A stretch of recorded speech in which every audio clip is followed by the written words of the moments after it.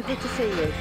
It's been really good to see you. Thank you. Brilliant. Thank you. Yeah. Well, you know, we've got through it, haven't we? There we go, fist bump. How are you doing? Not too bad. How's business? Is it okay? I'm all right. It's nice to be out and about. Yeah. You take it for granted, and then something like COVID comes. No! No! No!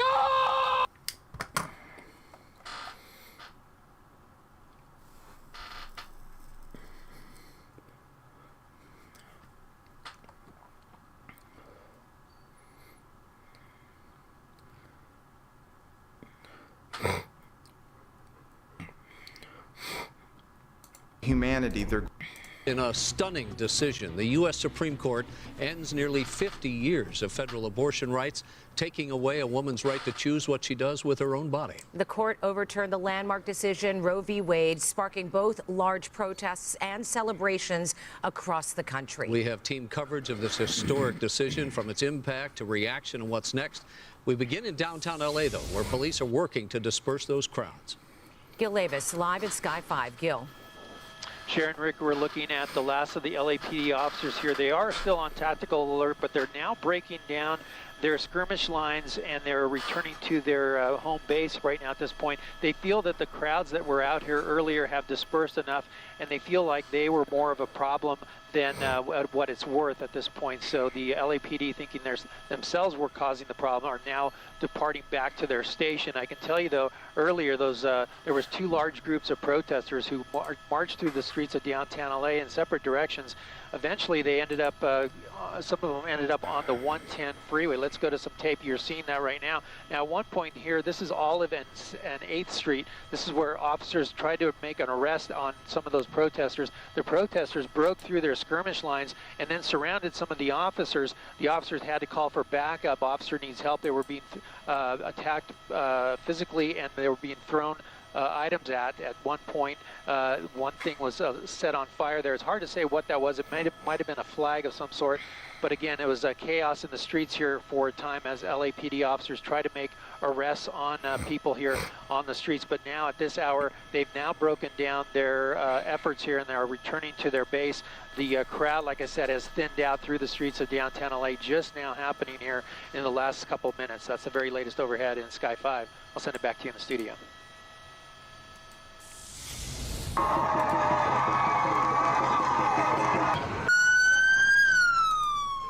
Well, as Gil mentioned, dozens of people were arrested today marching downtown and gaining access to the 101 and 110 freeways. That, of course, disrupted the traffic and triggered a very heavy police response.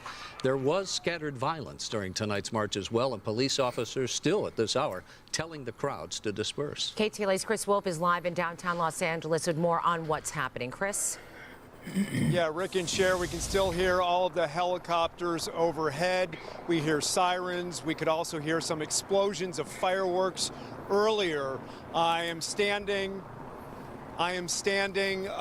in between City Hall behind me and the Roybal Federal Building in front of me. SWAT teams have been staging in this area all night long as the activity has been intensifying. As the night progresses, we had heard of more violent clashes between police and protesters, with rocks and bottles being hurled at officers and fireworks exploding near police. As you heard from Rick and others, dozens of people have been arrested. We are trying to get more information, confirmation of any injuries tonight suffered by police or protesters, and also more information, details about any arrests. There have been pockets of more violent activity. It all started very quietly, though, orderly, I should say, but vocal nonetheless. They were marching through the streets of downtown LA. One major crowd started at a federal building, and then they moved around the area through Pershing Square, Grand Central Market, ending at City Hall, where they held a rally. Again, dozens of people have been arrested. Abortion rights demonstrations in downtown Los Angeles are growing more violent as encounters between protesters and police turn physical. Cell phone video captured SWAT teams using non-lethal rounds. Witnesses say some demonstrators have been hurling rocks and bottles at police and setting off fireworks near the officers. Earlier, hundreds of abortion rights supporters gathered downtown, briefly shutting down traffic as they marched through some of the city's governmental and cultural centers: Federal Court, Pershing Square, Grand Central Market, and City Hall. Some participants reported the movement was spontaneous. The crowd so energized, impassioned, people could not stand still. They also converged at the intersection of Hollywood and Highland, a popular tourist spot. There were some tense moments when the activity spilled onto nearby freeways, including the 110 and the 101. And officers, SWAT teams were able to successfully maneuver those crowds off the freeways. I didn't know who Sud grew.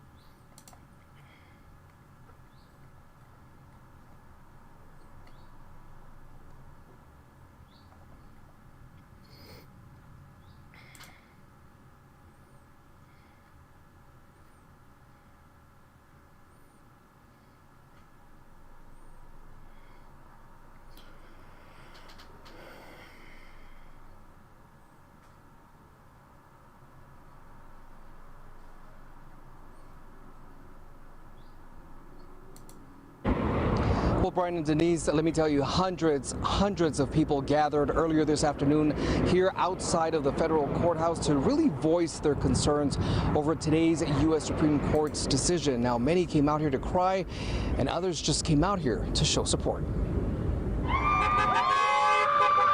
If people take away your rights, then what do we have? We don't have America anymore. Shauna Trahan says she is still overwhelmed, but she couldn't hold back her emotions when she came across this rally in downtown, and her granddaughter began to ask questions. I hope she never needs this right, but if she ever needs it and doesn't have it, that's hard. That part is hard. I mean, she's a baby, but I mean, she needs to have her rights. Hands off our bodies! Hands off our bodies! Trahan was one of hundreds gathered across the federal courthouse Friday evening along Las Vegas Boulevard, seeking comfort and hope after what many call a massive punch to women's rights. It was one of our core issues from the beginning, and I saw somebody today, 50 years of their activism for nothing, and you want to make sure she doesn't feel that way, but it does feel that way to a lot of people. Jerry Burton with the women's rights organization Nevada Now says the rally came together last minute after an outpour of residents, both women and men, seeking a way to voice their frustration. Once, they're done getting rid of abortion rights, they're going to come after gay marriage, they're going to come after other rights as well. So it's important to stop them in their tracks. For this group, organizers say it's all about getting out and voting for a change, a step this grandmother hopes will make a difference. And in Texas it doesn't matter if you are raped or molested. It's a lot. It's too much. Well, organizers emphasize that they will not be giving up. They tell me that they will keep pushing forward no matter how long it takes. Christian Caceres Live, Local Now.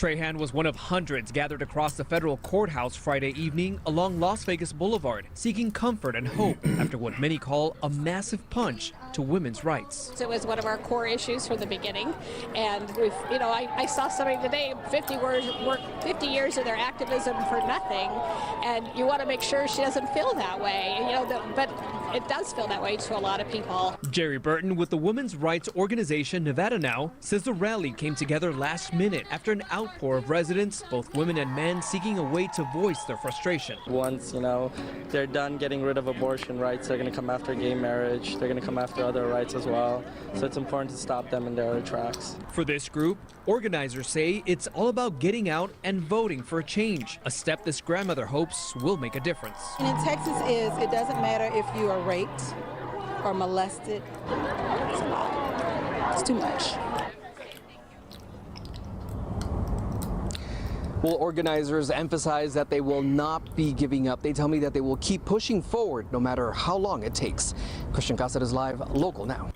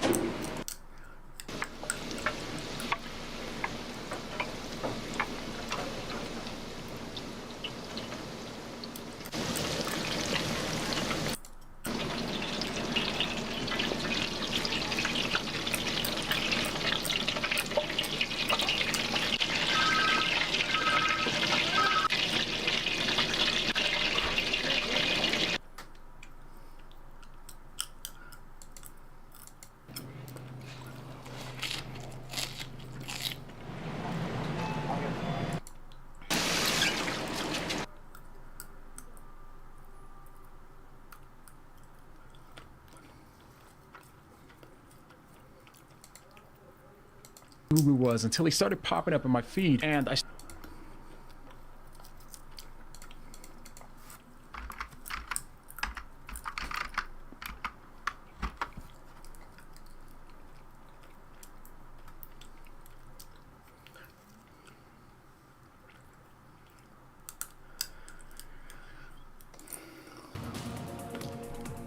Good evening and thanks for joining us. We're starting with breaking news as flashbangs and tear gas go off in downtown Phoenix. That's where protesters had gathered at the state capitol, voicing their frustration over today's Supreme Court ruling. The High Court reversed Roe versus Wade, giving states the power to make their own abortion laws. Team 12's Bianca Bono is joining us live from the Arizona State Capitol. And Bianca, this started as a peaceful rally, but then at some point, DPS declared it an unlawful gathering. That's right, Caribe. Really, the past hour and a half, it was complete chaos here at the Arizona State Capitol. And you're right, around 7 o'clock, it started as a peaceful protest with thousands of women coming together to march for their reproductive rights. And we'll show you what the scene is now. It's a complete ghost town. That's because DPS did declare an unlawful assembly and began shooting tear gas from the Capitol. Take a look at the scene. You could see large clouds of smoke from the tear gas that was deployed in the flashbangs that we were hearing, dispersing the crowd. We saw some with small children running from the Capitol. Now, according to DPS, what triggered this response was protesters began banging on the glass doors of the Senate building. A spokesperson said, quote, protesters attempted to break the glass. Now, troopers then came out in riot gear after deploying tear gas from the Capitol building. DPS says some protesters then moved to Wesley Bullen Plaza, where some monuments were vandalized. An unlawful assembly was declared, and all of this was happening as lawmakers were inside the Senate ready to vote on a school voucher bill. Here's Senate President Karen Fann as all of this was happening. Please listen, we are going to recess. We're going into recess right now, okay? We have a security problem outside. Members, please go, stop. We're recessed.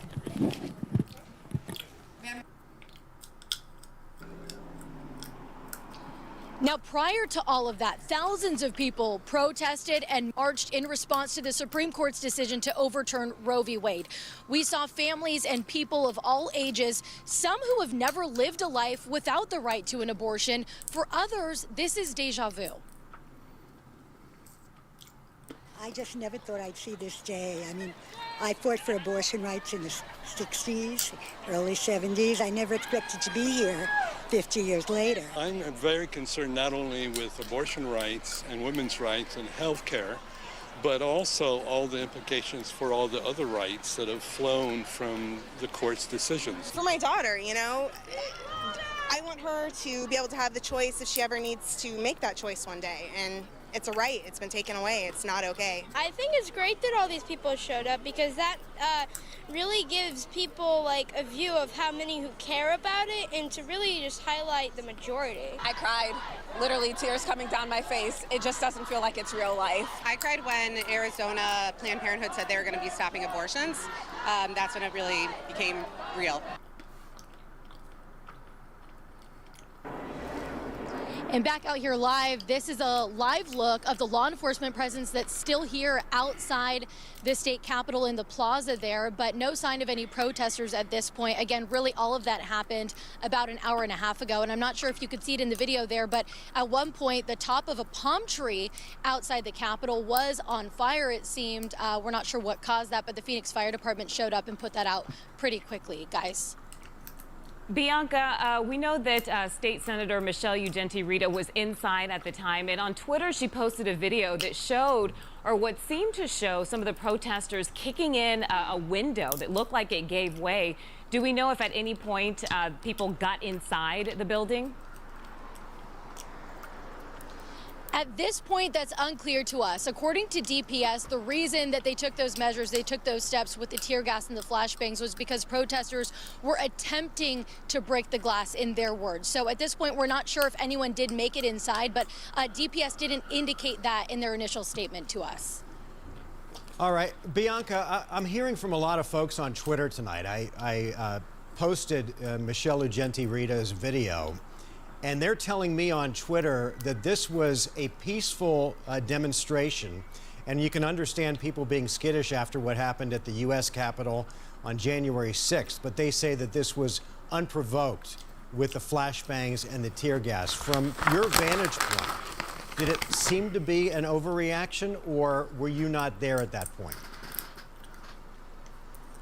It's hard to say. I was not at the front where those protesters were up against the glass. The media is kind of staged in a parking lot at this hour across the street at 17th Avenue in Jefferson. So I didn't see with my own eyes what was happening there at the front. I did see Senator Michelle Ugenti-Rita's video showing the protesters up against the glass, banging on the glass. And that seems to be what DPS was referring to in their statement to me, explaining what triggered that response. But what I did see earlier today was certainly peaceful. peaceful, with thousands of women marching around the area of the Capitol. But again, Mark, we were not right up against the glass when all of that was happening, and I could see why it would have been scary for folks like Senator Michelle Ugenti-Rita, who was just on the other side of the glass.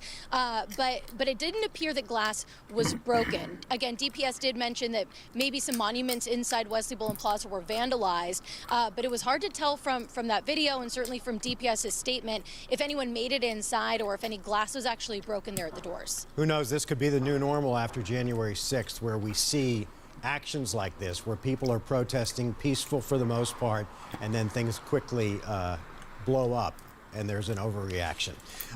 Team 12's Bianca Bono live at the state capitol tonight. Bianca, thanks.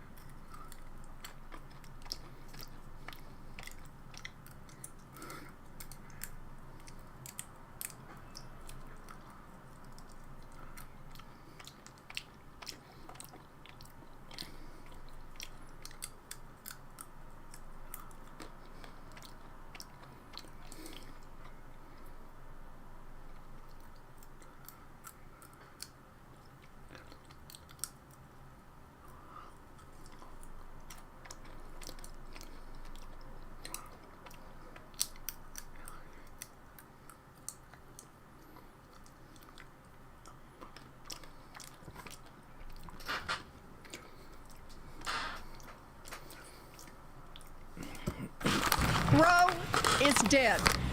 6 extremists on the United States Supreme Court have decided that they can force all of America to bend to their personal religious and moral views. Roe is dead, but the Supreme Court extremists do not get the last word. We are here because we will make Roe alive again. I am angry. I am angry because I have lived in America where there was no protection from Roe versus Wade. And understand this, when there's no Roe, people still get abortions. Well-to-do women, women with resources, women who can afford to travel to another state or another country, they'll be fine. But you know who won't be? It will be poor women. It will be people of color. It will be 14-year-olds who are molested by their coaches or their stepfathers. It will be mamas who are already working 3 jobs and can't hold it together trying to take care of the children they have. Those are the people who will pay the price for an extremist Supreme Court that has decided that they, not America, they will decide who in this country has access to health care. And understand this, it doesn't stop with the opinion today in Dobbs. Clarence Thomas has already made clear he's coming after everybody else. He's coming after the LGBTQ community. He's coming after contraception. He is coming after anyone who doesn't live and doesn't look just like Clarence Thomas thinks that the ideal American is supposed to live and look. Well, we've got news for Clarence Thomas. He doesn't get the last word.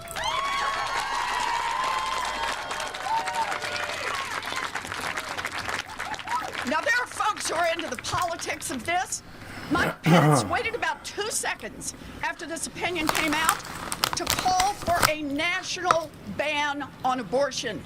Hear me on that, people of Massachusetts.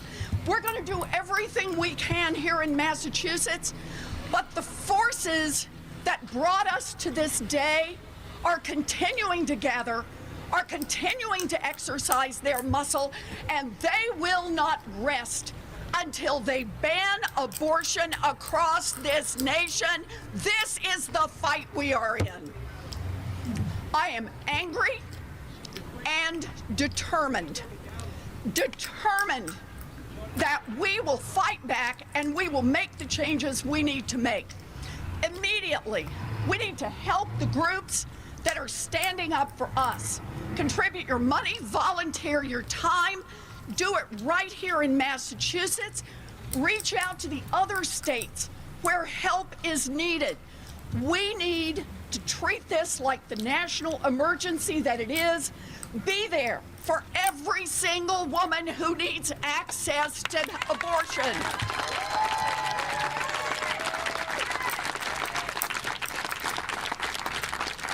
We also call on our president to use every possible tool at the federal level to protect access to abortion. Just today, President Biden spoke about the importance of access to medication abortion, and that is true for every person all across this country. We also need the president to step up in other areas. We've got to shut down this notion of tracking women's health histories, tracking women's locational data, so that extremist states can track these women and prosecute them for making their own medical decision. It is time now to look at federal lands where federal law applies and look at the opportunities to protect people who need access to abortion and cannot travel to another state. There is much we can do at the federal level administratively under current law. We need to do it. But most of all, we are aimed like a laser beam on the election in November. Make no mistake, Roe is on the ballot. And we can start right here in Massachusetts with our candidate for governor who is running against one of those anti-Roe extremists. We can elect Maura Healey in November.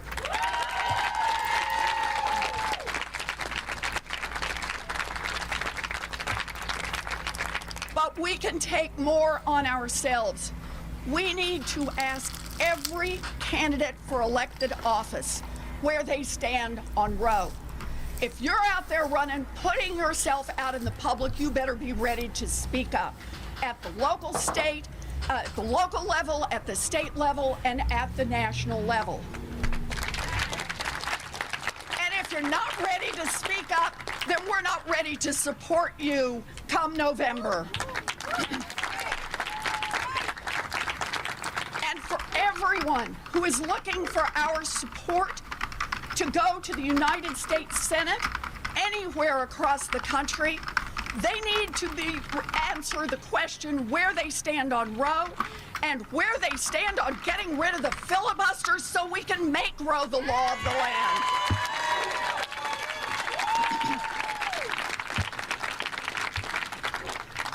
Angry and determined. That's what it's about today. It's about using that anger to make the change we need to make. Because, hear me on this, we are not going back. Not now, not ever. Thank you.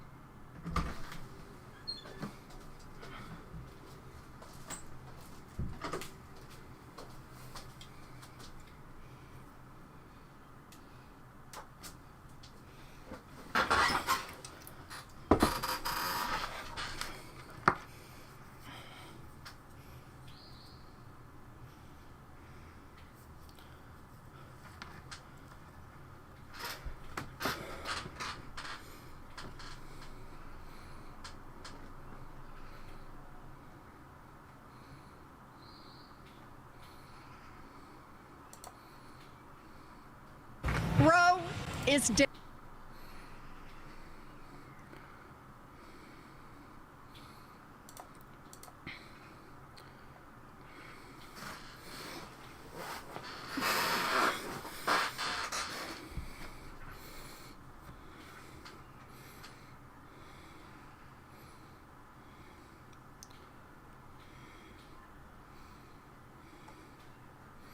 Dead.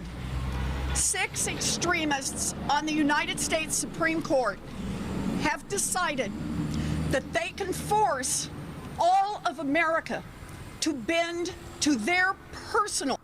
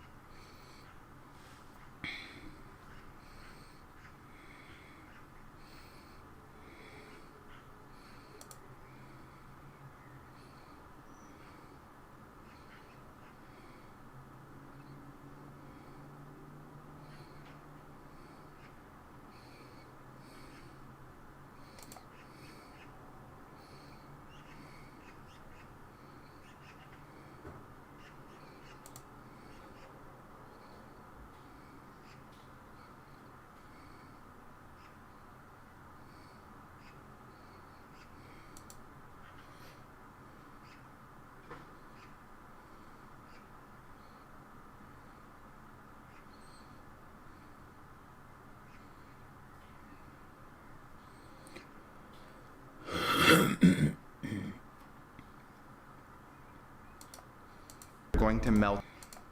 I started watching some of his videos and I learned that he's an extremely popular and influential guru with over 10 million subscribers and has a massive following of people who are really invested into what he says. Last year, he appeared on Logan Paul's podcast where he was critical of religion and the idea of heaven, and a lot of people found his arguments to be really compelling. Now, I have a ton of thoughts on what he said in the podcast, but for this video, let's just go ahead and talk about what he said about heaven. So let's go through the clip and we'll talk about it together. What happens when I die? Well, maybe not me, but like, does one go to heaven? Well, which heaven you want to go? Because every religion has their own heaven.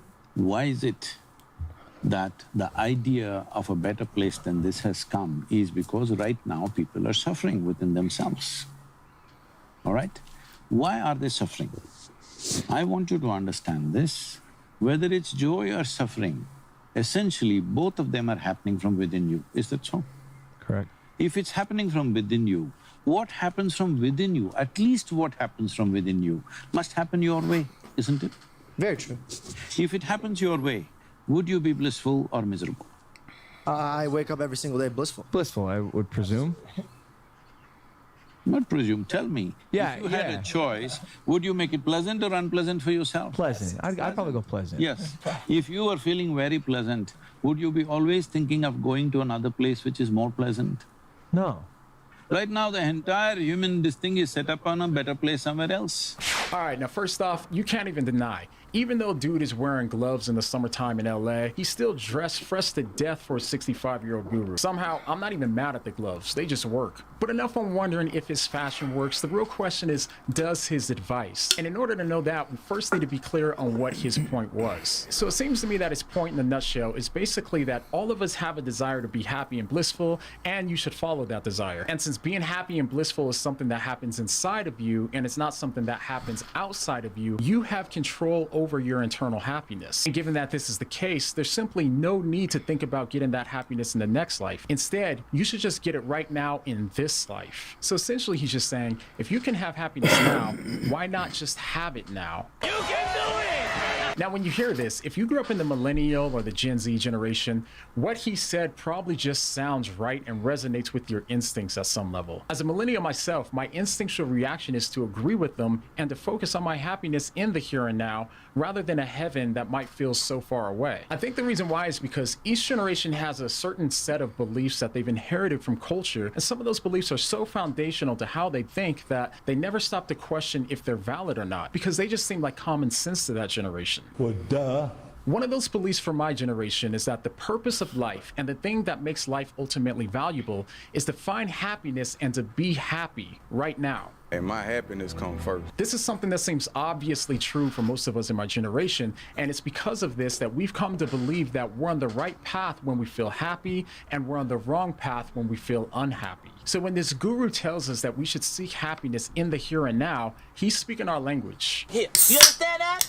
Now you're speaking my language. We don't want delayed gratification, and we want to have our happiness in the here and now, because that's what we've come to believe is the way for us to know that we're living the life that we should be living. So if you could have happiness now, why not have it now? Well, there's a couple of reasons why I don't think that heeding to his advice is going to give you the life that you ultimately want. The first reason is happiness might not be what you truly want. What? The famous psychologist Jordan Peterson posted something a little bit ago on his Instagram that said, if you deconstruct what people mean when they say they want to be happy, what they really mean is that they don't want to be miserable. People are way more concerned with avoiding suffering rather than pursuing enthusiastic, positive emotion. And if you think about that long enough, what Peterson said seems to make sense. When I look back to my life in the past, I think that it wasn't so much that I wanted to be happy in the moment as much as it was that I just wanted to avoid being unhappy. I genuinely believe that the more that I avoided struggles and suffering, the happier that I would be and the more meaning and value that I would find in life. But in hindsight, I now realize that by choosing to maximize happiness in the here and now, I was actually losing value and meaning in life rather than finding or creating it. Now, as a lot of you guys know, I randomly started losing my hearing in my early 20s, and the doctors had no idea what was causing it. I went down to having only 15% hearing left in one ear and only 10% left in the other. And since the hearing loss was so significant, I couldn't get a hearing aid and I had to get a cochlear implant. Now, I talk about this in other videos, but cochlear implants require you to have a chip and a magnet surgically implanted into your skull, and they also require months or years of rehabilitation so that way you can learn how to hear all over again. Now, I'm sure that this sounds strange to those of you that haven't gone through it, but learning how to hear all over again is actually very hard work, and there's no guarantee that you'll even be successful at it. It was incredibly taxing and exhausting for me, and there were a lot of times that I just wanted to give up and conclude that it just wasn't going to work out for me. But just when I was on the verge of giving up, I took that little bit of hope that I had left in me, and I pushed through and I overcame it. And today, I can actually hear pretty well with the implant. So now, this period of my life was tough, and I couldn't communicate with people for a long time, and it was a painful period in my life. So if I could have just snapped my fingers and had good hearing again, I probably would have. But then I wouldn't have had the opportunity to allow my suffering to give my life more meaning and value. Bro, what are you talking about, man? Just like how it is in your favorite movies, the thing that makes the stories valuable and meaningful to us is not that the main characters avoided suffering and lived happy and blissful lives, but the fact that they ran into obstacles and they ran into struggles and they suffered and they overcame it. That's what gives their stories value and meaning. And the story of our lives are similar. The obstacles and the suffering actually give us an opportunity to enhance the personal meaning and value of our lives rather than them being a threat to it, as we would think if we believe that life is all about personal happiness. Wait for it. Here it comes. Almost there. And lastly, from a Christian perspective, when you think about it, overcoming suffering is actually one of the things that makes the story of Jesus so beautiful as well. Before Jesus came to earth, he could have just forgiven those who trusted in him. And in a Sadhguru type of way, we could have asked them, if you could just forgive us, why not just forgive us now? And Jesus could have never come to earth at all. But instead, he put on human flesh and came into our world, and he suffered tremendously. Now think about just how much more valuable and meaningful his forgiveness is because he came and suffered with us and for us, and ultimately he overcame the suffering and overcame death itself. So in this way, it's because of the suffering that the life and death of Jesus has far more meaning to us, not less. Nice. But that's coming from a Christian perspective, and a Christian perspective is one that Sadhguru not only disagrees with, but also sees as one of the biggest problems in the world. What's wrong with the human beings? The only thing that's wrong is they've arrived at too many conclusions, either because of religious beliefs or philosophical beliefs or ideologies or some nonsense that they've concluded. Major religions on the planet, unfortunately, are on a collision course all the time. Hundreds of millions of people have died in the last 500 years. Yes. Because of my religion versus your religion. Is that a fact? What you think is right is this is absolutism. That you think this is absolute. Now, I have a lot to say about that, but we'll have to save it for another video. In the meantime, make sure you subscribe and hit the bell so that way you don't miss it. And the next time that someone says, so what I'd like you to do right now is get very, very clear on the kind of life that you'd want. Do you want to try anything that you can to snap yourself out of your trance? So went on to become celebrities, and they wind up becoming my high-paid clients many years later, and I get that benefit too. Then what I do is I take that free event that I did, I put that online as a free tour video, and then I get the energy from that. But in that free event, am I just going to go on and do canned material and do the same thing and not try something new and do the same boring, stupid thing again and again and again like a dancing monkey? No. I'm going to go in there, try something new, a different speaking style, a different vibe, different content, see if it resonates, see what people thought of it, expand my horizons, free associate, getting the point that I can do this to New York City, also Philadelphia, then I'm going to hit up Seattle, San Fran, Chicago, Dallas, Houston, Austin, Boston, Washington, D.C., San Diego, Los Angeles, Miami, all over Florida, Honolulu.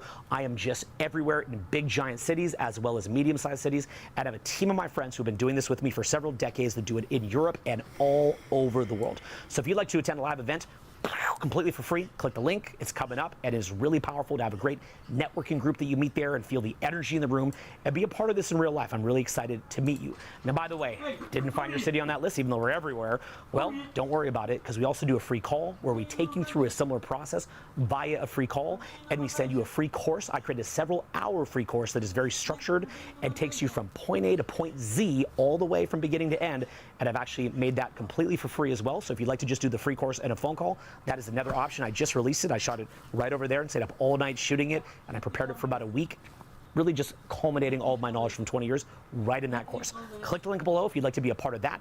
And what I'd like you to do right now is allow this video to truly grab you by the lapel, pull you in the screen, and I want you to roll with all the different sarcasm and jokes, very, very off the wall, to change your life.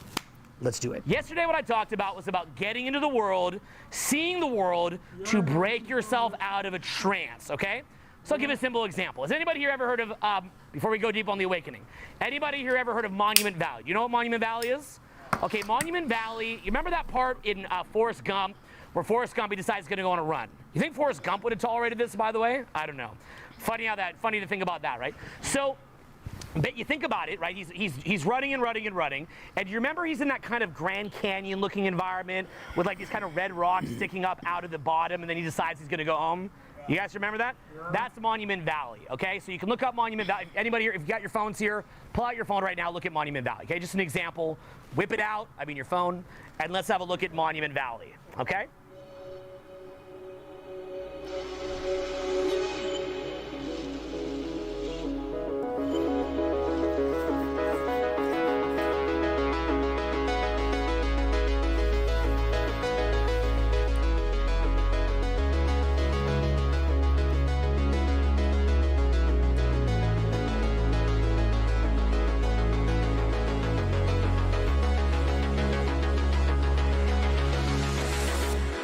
Very famous artifact. By the way, incredible. I'm going to tell you something funny. That's part of Navajo Nation. Y'all don't even know what Navajo Nation is? It's actually other countries within America. Did you know there's other countries within America? So one of those Navajo Nation. You don't need to go through customs to go there, but it is the Native American land, and part of that is Navajo Nation. You can actually visit there. It's maybe about 10 hours outside of LA. And it's near the border of Utah, if I remember correctly, and I think so. And what it is these beautiful giant spires that go into the sky. And so you're in this sort of like, kind of a, sort of like a rocky, deserty, flat-looking area with these enormous spires that shoot out of the sky. And many of the locals there will actually take you on tours, and they'll teach you about Native American culture. I brought my children there. Great experience. Now, has everybody here seen Monument Valley in your life on television, maybe Forrest Gump or wherever? Everybody here seen it? Yes. You've all seen it? Yes. Who here seen it? Put your hand up. I'm just curious. Remember seeing it. Put your hand up. Okay, great. A lot of you have seen it. So that's a famous landmark, okay? Now what happens is when you don't go see that in real life, Monument Valley becomes desecrated and degraded as this thing that they can kind of put in front of you as like this thing that you know from the TV and the movie and sort of part of your trance, like, oh, that's this thing in America. A simple example would be, how many people here have ever been to Yellowstone National Park and seen the bisons and geysers. Okay, so it's maybe 5 or 6 people in here, right? Most famous national park in the country. So all of you have heard of Yellowstone National Park. You've seen pictures of a bear. You've seen pictures of a bison. You've seen pictures of a volcanic geyser where the, you know, like Old Faithful. You ever heard of Old Faithful, guys? Yeah. You ever heard of Old Faithful? Yeah. You know, it's shooting out up in the sky, right? So you see that, and so these beautiful things that are really meant to awaken you and make you more present wind up being sort of desecrated, not even necessarily intentionally, just kind of how it pans out, into this thing where you're like this moron in the movie WALL-E. You ever seen the movie WALL-E? Yeah. Where all the obese people are sitting in a chair with an image in front of their face, and it just becomes this image that is put in front of your face as a way to put you deeper into a slumber. It's sort of like this carrot, like someday you're gonna go there, someday you're gonna see that. And the weird thing is, here's what it gets crazy, okay? Literally to go see that, if you live in LA, is a half day's drive away if you do some hard driving. It's maybe 11 hours away, whatever, right? You could go see that. But instead, you will sit in your home, you will never go see it, you will be a battery for the Matrix, you will think what they want you to think, say what they want you to say, do what they want you to do, and anything that would actually make you more present to the moment winds up being co-opted and captured in this weird psychological war that's going on and spiritual war that's going on, and is actually repurposed to put you more to sleep. Likewise, many of the important speakers and people that have a message to awaken society wind up, and here's the following process that they do, okay? You want me to explain to you how they do it? How they ruin it and take it away? They'll see somebody who could help to awaken people. The first thing that they do is called inflate. Repeat that after me, inflate. Inflate. The next one is conflate. Conflate. And can anybody guess what the last one is? Deflate. Pretty much. Yeah, it's basically what you do is you inflate it. Okay, so you build it up into a cartoon, right? So you forget about all the good things that that person has to say. Then you find a random little clip. Maybe that person's been talking for thousands of hours because they're a messenger. Then you find a couple little things out of context. You string them together in a video so that it almost looks like that's just all they say. So that you inflate it into a joke. Then what you do is you attach it to some horrific thing that is so radioactive and so disgusting that even being associated to it, even tangentially, is bad. They make it appear like it's something like that, and then they just get rid of it, okay? So it's basically just inflate, conflate, and deflate. There's other expressions for it too, okay? But there's actually an even better one. I can't remember off the top of my head, but you get the idea. So what's happening is there's all of these different things that are meant to awaken you and get you more present to the moment, but what they do is they pull you out of that to put you more to sleep.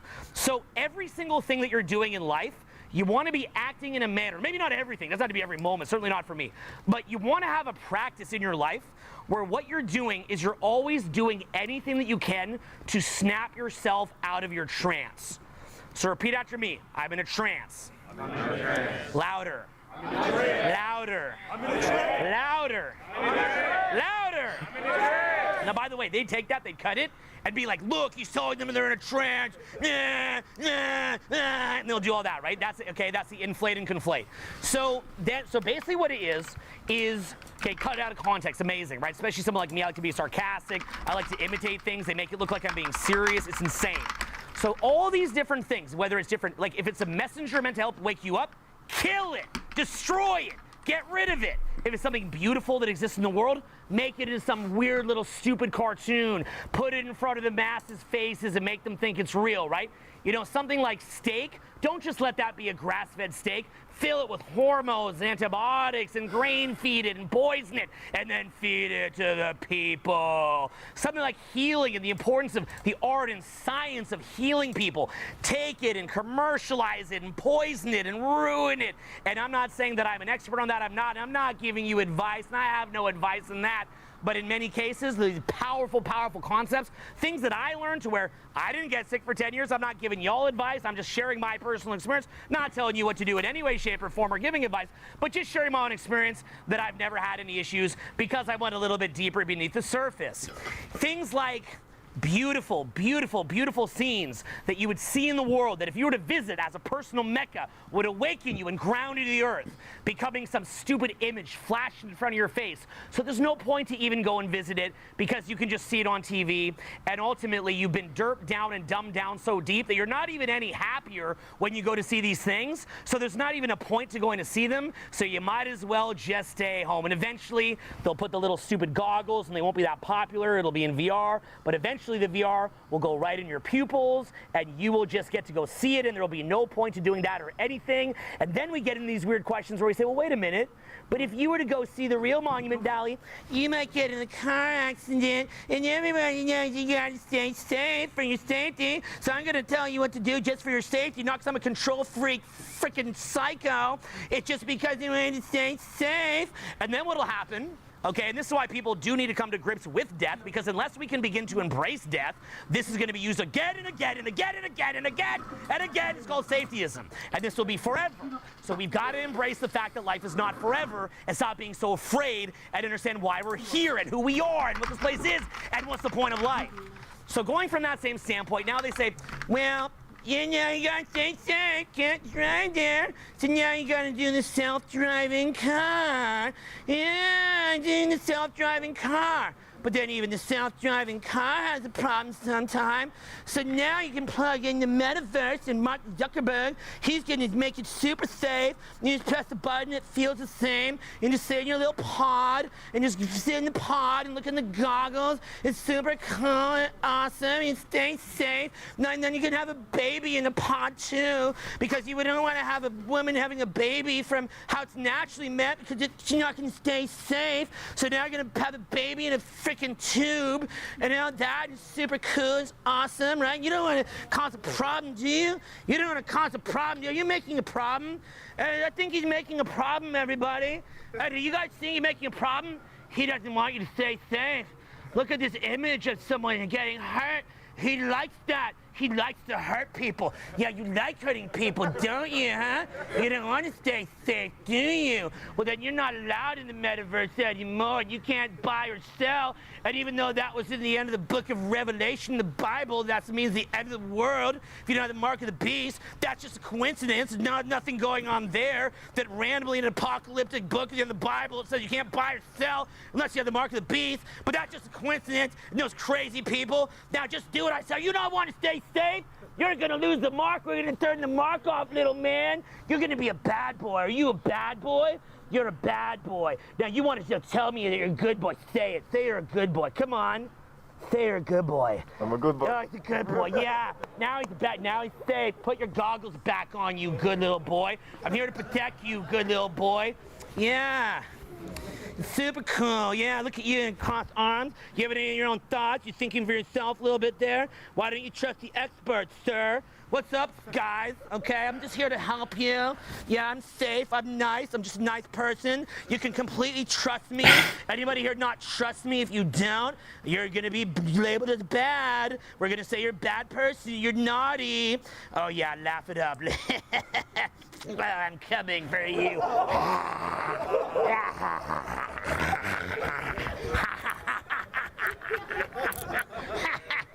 Put them back. Yeah. Now let's get that DMT and get the next instructions. Yes. Oh, yes, I'm enlightened now. Oh, I'll be a god now. Look at me. I'm just a god. We're gonna merge with the AI. You won't want to have your own apartment. You won't want your own car, and you'll be happy. Are you happy? Tell me you're happy. Come on. Gucci. I'm a nice guy. Here to help you. Oh, I'm here to help you, yeah. So guys, just keep drinking that Kool-Aid, stay safe, and everything's gonna be super awesome and super great. I'm so psyched for you guys. It's gonna be a great world. 2020 was awesome. We watched Netflix, we smoked weed. Wasn't it awesome? Just Netflix and weed and getting a check? Yeah, you know, it's like before we're like a wolf and now we're like a chihuahua. Wasn't that cool? Yeah, you know, when those wolves went around the people, they thought, what could go wrong? What could turn into us if we just get domesticated like this? Nothing could happen. We're the great wolves. Nothing could happen to us at all. Fast forward 2000 years. You know, while your owner with her boob job is at the fucking Beverly Hills. This is my puppy. His name is Rover. He's super cute. I love you. Stay in my little bag, Rover. I'll take you to new Dolce & Gabbana. Looking great. And one for Rover. Oh, but that's a male dog. He looks cute in a dress. Wear the dress, Rover. It doesn't matter. 2020, it's all good. Super awesome. Yes. Now, all of you just sit there in your little pod and take it. It's all for your safety. It's all for your safety. It's all for your safety. I'm here to help. If you say anything, you are gone, gone, gone, gone. Because you know that historically, people that shut down speech are the good guys. You know that, right? Right? Right? There's lots of examples of that, right? Except not one, but right? Okay. So that's what basically happened. You guys like that little impression? Okay. Just me blowing off a little steam. And then inflate, conflate, and deflate. Cut that. This is what he's teaching. He's super serious. Yeah. So,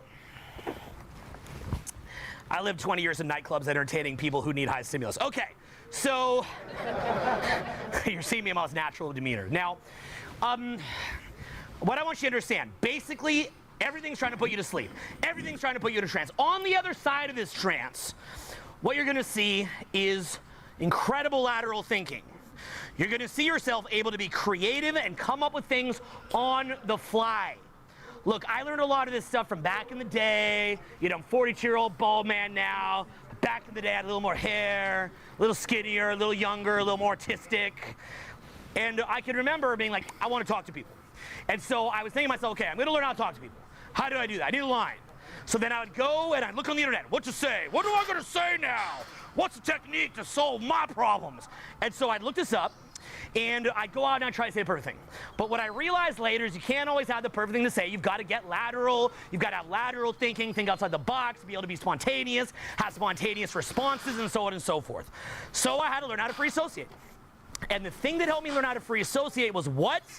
Getting out of my head, getting out of the trance. And so I remember I'd go into a bar club when I'm younger, and I'd walk around, and I don't know if y'all do this, but I definitely did a lot of this, more than I'd ever like to admit. I walked in the bar club, and it's kind of loud, and I feel kind of out of place. And so I'd see somebody I want to talk to, and I'd work up the nerve, and I'd work up the nerve, and I'd work up the nerve. I get in there, I'm ready to talk, I'm ready to talk. Ready to talk, you're ready to talk, right?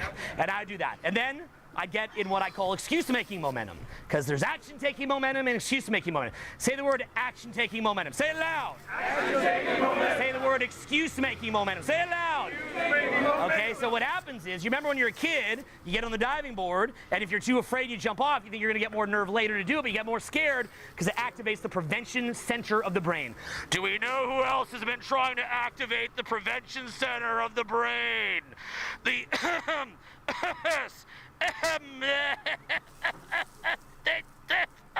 oh wait, I died.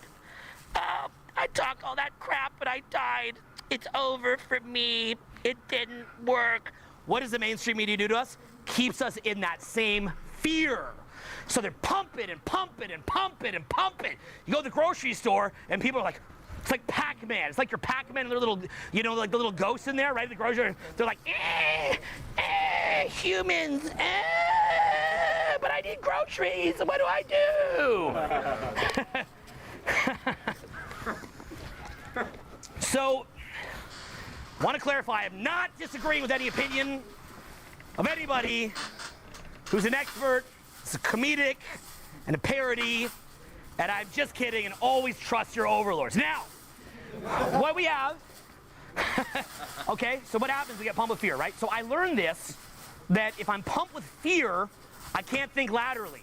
Now I rely on finding the perfect thing to say. So what I did over time was I realized I got to break out the trance. And I would just keep doing things to break myself out of the trance. One of those basic things was changing what I put in my body. I'd start consuming things that I think help me, and so I'm not giving you advice, I'm just saying what I thought helped.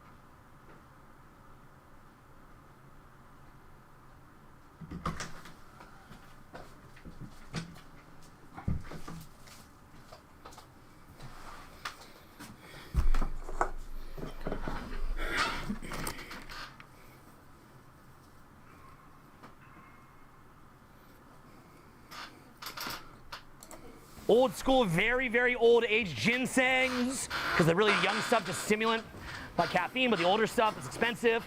Really high quality reishi mushroom, pumping down a lot of greens, berries. Look, there's great people out there. Dave Asprey is one. They all got different opinions, by the way.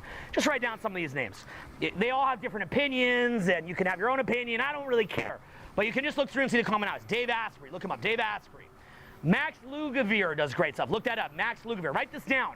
I want to see pens out. Write this down. Max Lugavere does great stuff. Johnny Bowden, 150 Healthiest Foods, does great stuff. Mark Sisson, The Primal Blueprint, does great stuff. Maybe you have a different opinion about vegetarian, you can look that up.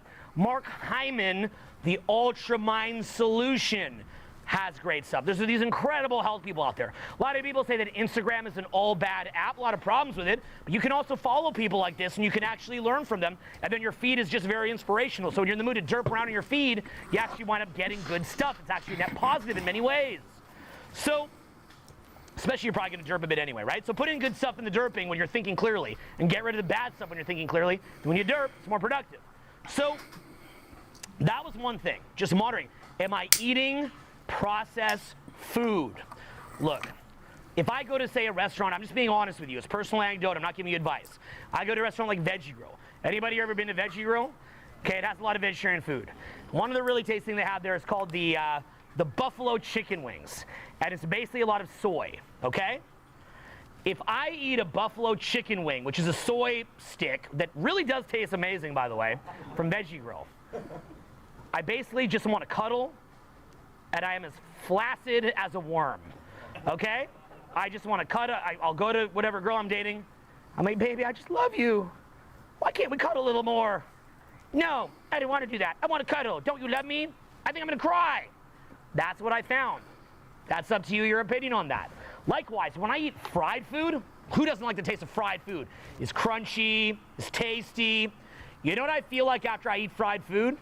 I look like, I never smoked weed in my life, but I feel like how I imagine my friends that like to smoke weed. That's what I look like. It's weird, I will watch my own videos after eating fried food, and you know what I start thinking? The things that people say to troll me in the comments on my videos, I start thinking of my videos when I eat fried food. I'm like, this guy talks too fast. This guy's dumb. Who cares about this? You should just learn to chill, bro. Why don't you just chill, bro? Why do you want to be rich, bro? It's cool just being broke. I don't care. That's what fried food does to me. So you want to be very, very aware of what you're putting in your body does to you. Likewise, look at the entertainment. What is the entertainment level? It's a bunch of us versus them, people always about to get killed.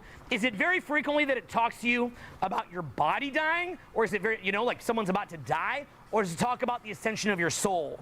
So we are very, very distracted with the entertainment that we're watching. And it's very much us versus them and so on and so forth.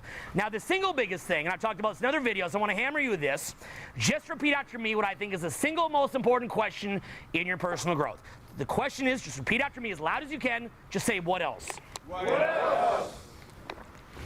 Again.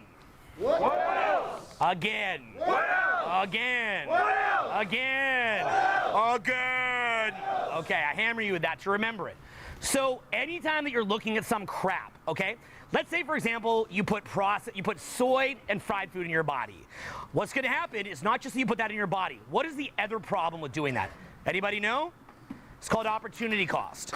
It's not just the damage you did. What else is it? It's what you could have put in your mouth.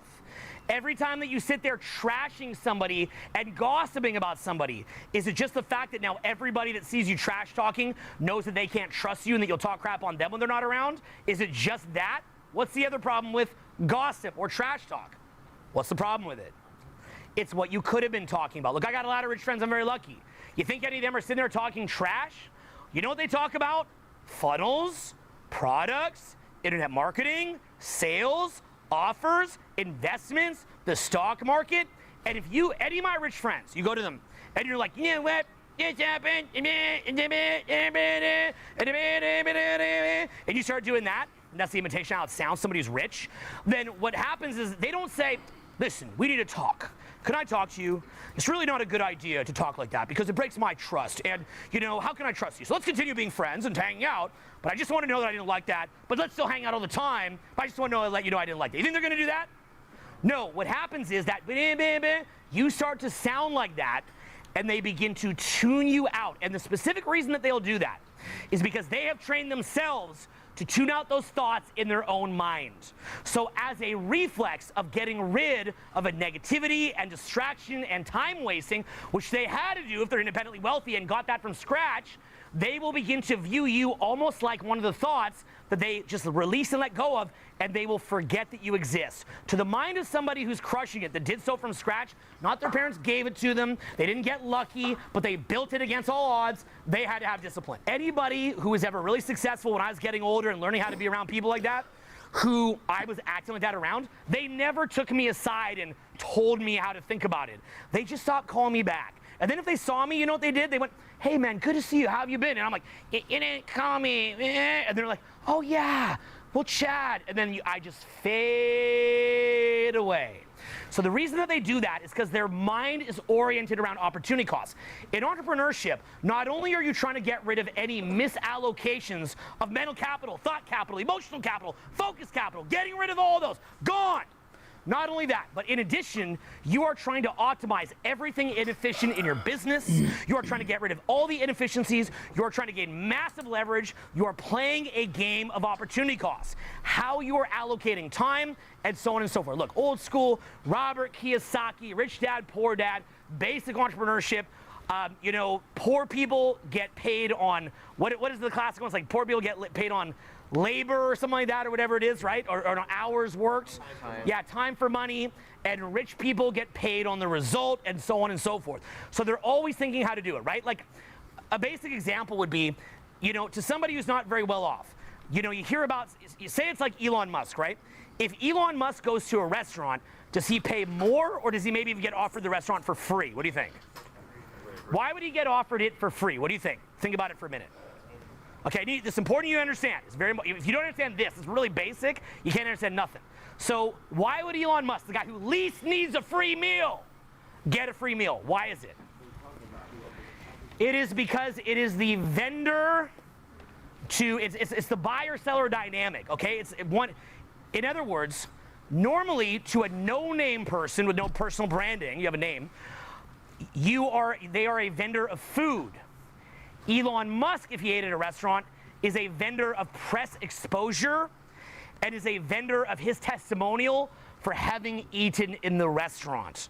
So people at a low level, they're like, why doesn't Elon have to pay? Which I'm sure he does sometimes, probably gives big tips. I'm just saying in theory. Why didn't Elon have to pay? He doesn't have to pay because he is worth enough in press exposure that he's just going to get it for free. That's the basic idea of it, okay? So, so people will come to me, for example, they'll say on the street, they'll say, hey, Owen, I want to pick your brain. And you got to understand, like, I'm not looking for somebody to pick my brain. I need my brain picked, bro. And then some people will even say, you know what? Let me take you for lunch wherever you want. Guess what, bro? I can buy lunch. And they'll say, you know what, bro? Let me take you for lunch. I'll give you $1,000 to go to lunch for you. You got to understand. Now, this sounds obnoxious, but why would I decline that? Why would I decline $1,000 to go for lunch? I've gotten offers like that many times. Why would I decline that? What else? Because what could I do with that hour? Okay, basic opportunity cost. If you run a business and you do the dishes, you're an embezzler. You're a thief from your own business. Because what a business owner is, like if I were to be working with you and we're partners or something, and I see you doing the dishes, I'm like, is that like tickling you, or you're enjoying that? Is this leisure time for you? And you're like, no, I'm doing my dishes. I'm like, criminal. You're a criminal, right? You'd be like, what do you mean I'm a criminal? I'd be saying it as a thought experiment, as a joke. What I mean, but the whole point of business is as soon as you can make $13 with an hour.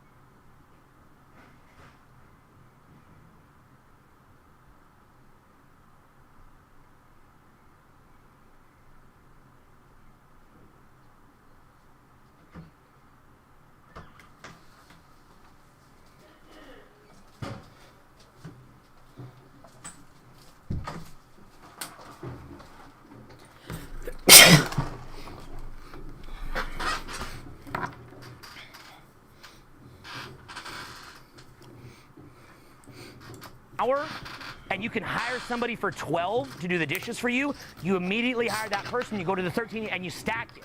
And you just keep doing this and building it. That's how business works. So a simple example would be, for many, many years, I taught live trainings. And we would, way back in the day, this is not now, I'll tell you, but back in the day, we would do, say that you had, a 3-student live event, and we would go hit the field, and it was $2,000 a head. That'd be, you know, maybe 15 years ago. So some of the people who instructed my company, they would fly to, say, Seattle. They would go teach 3 students. There'd be a total revenue of $6,000. The expenses on that are their share of that, the flight costs, and the hotel costs, right? So now, after all that, what's the profit? It's really not very much, okay? That means that they traded that time for, you know, they got paid whatever they got paid, we got paid whatever we got paid, but it's really not a ton. Let me show you a simple, I'm trying to ground this, and we're gonna go way, way more expansive. I'm trying to ground this down, okay? To the trance and breaking out of it. So, if I did a program, here's what I would do. First thing that I would do, back when I would teach these programs, is I would have, say, 12 students, and then I would bring 3 other instructors in training that I was training on how to teach these programs. These were guys who I was going out with very regularly, training around the clock, to the point that we used to get dissed that all the instructors spoke in the same way. You guys ever see that? We bring on a new instructor, they be, he just sounds like you and Julian, right? It's like, that means we're doing our job. That means we invited the person to live at our house, hung around with them 24 hours a day, showed them everything that we know. That's why they sound like us for the first year or two until they break out and do other countries and stuff. Then they sound a bit different and later more different. But that meant we're doing our job. It always bothered me because I'm like, of course they sound like me. I train them. You know, it always annoy me. I'm like, I'm doing my job. You always got to find something to complain about. Anyway, I'm done. So anyway, I do that, right?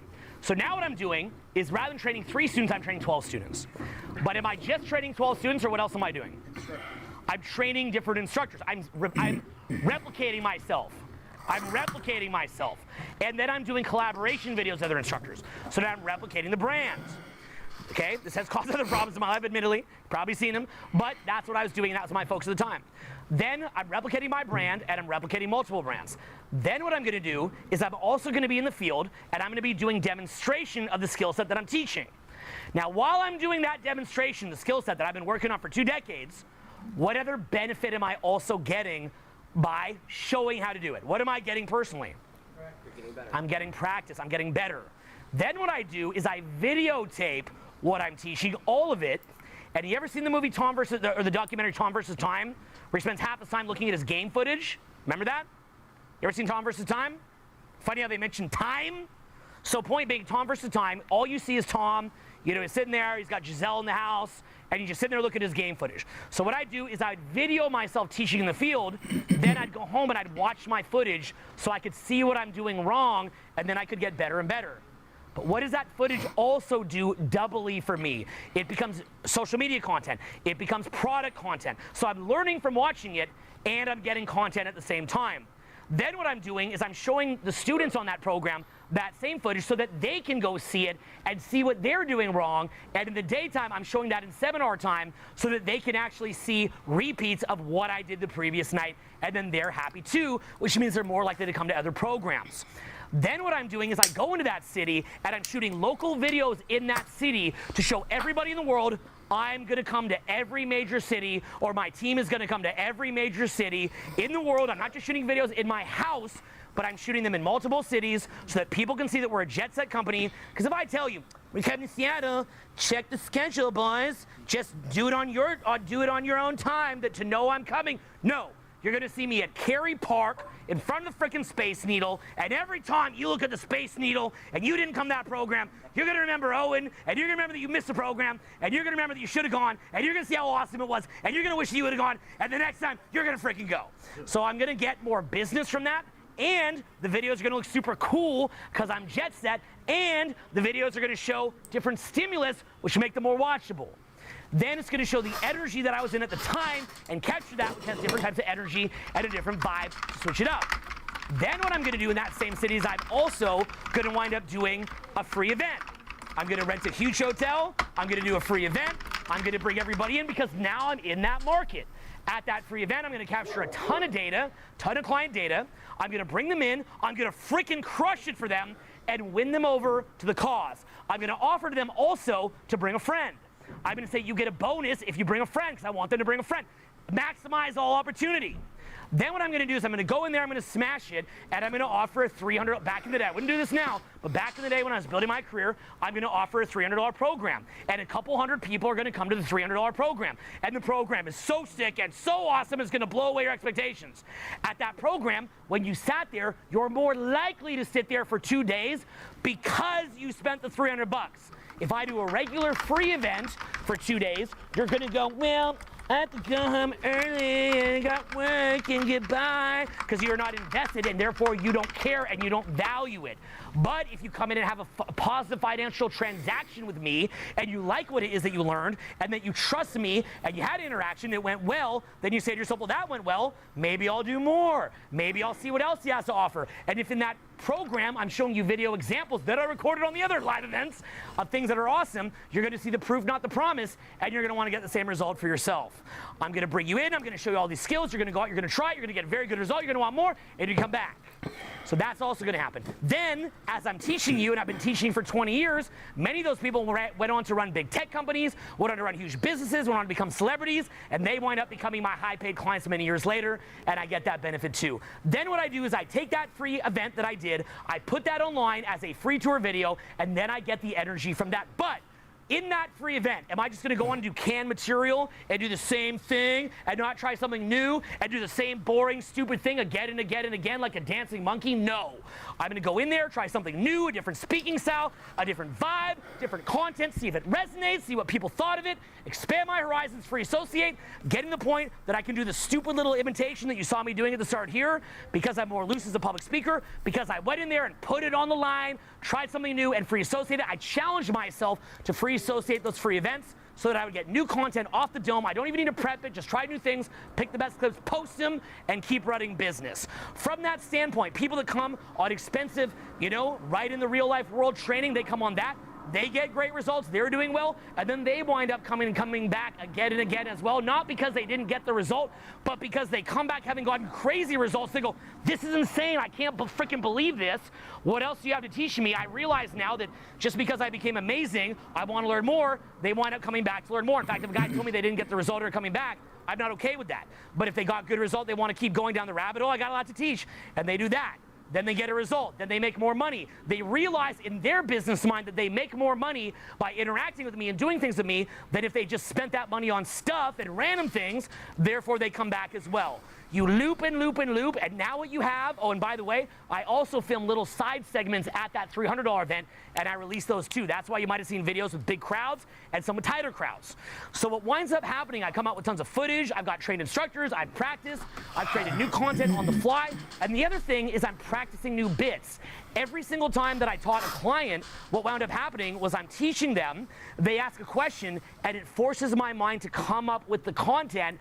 That later winds up becoming the seed of new products. You ever notice some of my content? It's like, it just really hits home at a very deep level. You're like, where did you come up with this? Like, is this just a thought you just got in your basement? No, I got that from teaching all the time and getting better as a teacher. One of the sad things that I noticed with some of the lesser performing instructors over the years was the program would hit 2 a.m. and you can go home if you want because the program's officially till 2.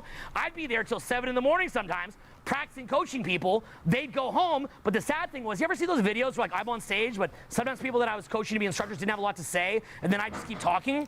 What would happen is, and this is what you never knew, I'd be talking, and then I go, hey, your turn, talk. They wouldn't have anything to say, and I go, okay, well, I'll just keep talking then, I guess. And then I'd cut that part and I'd make them look bad.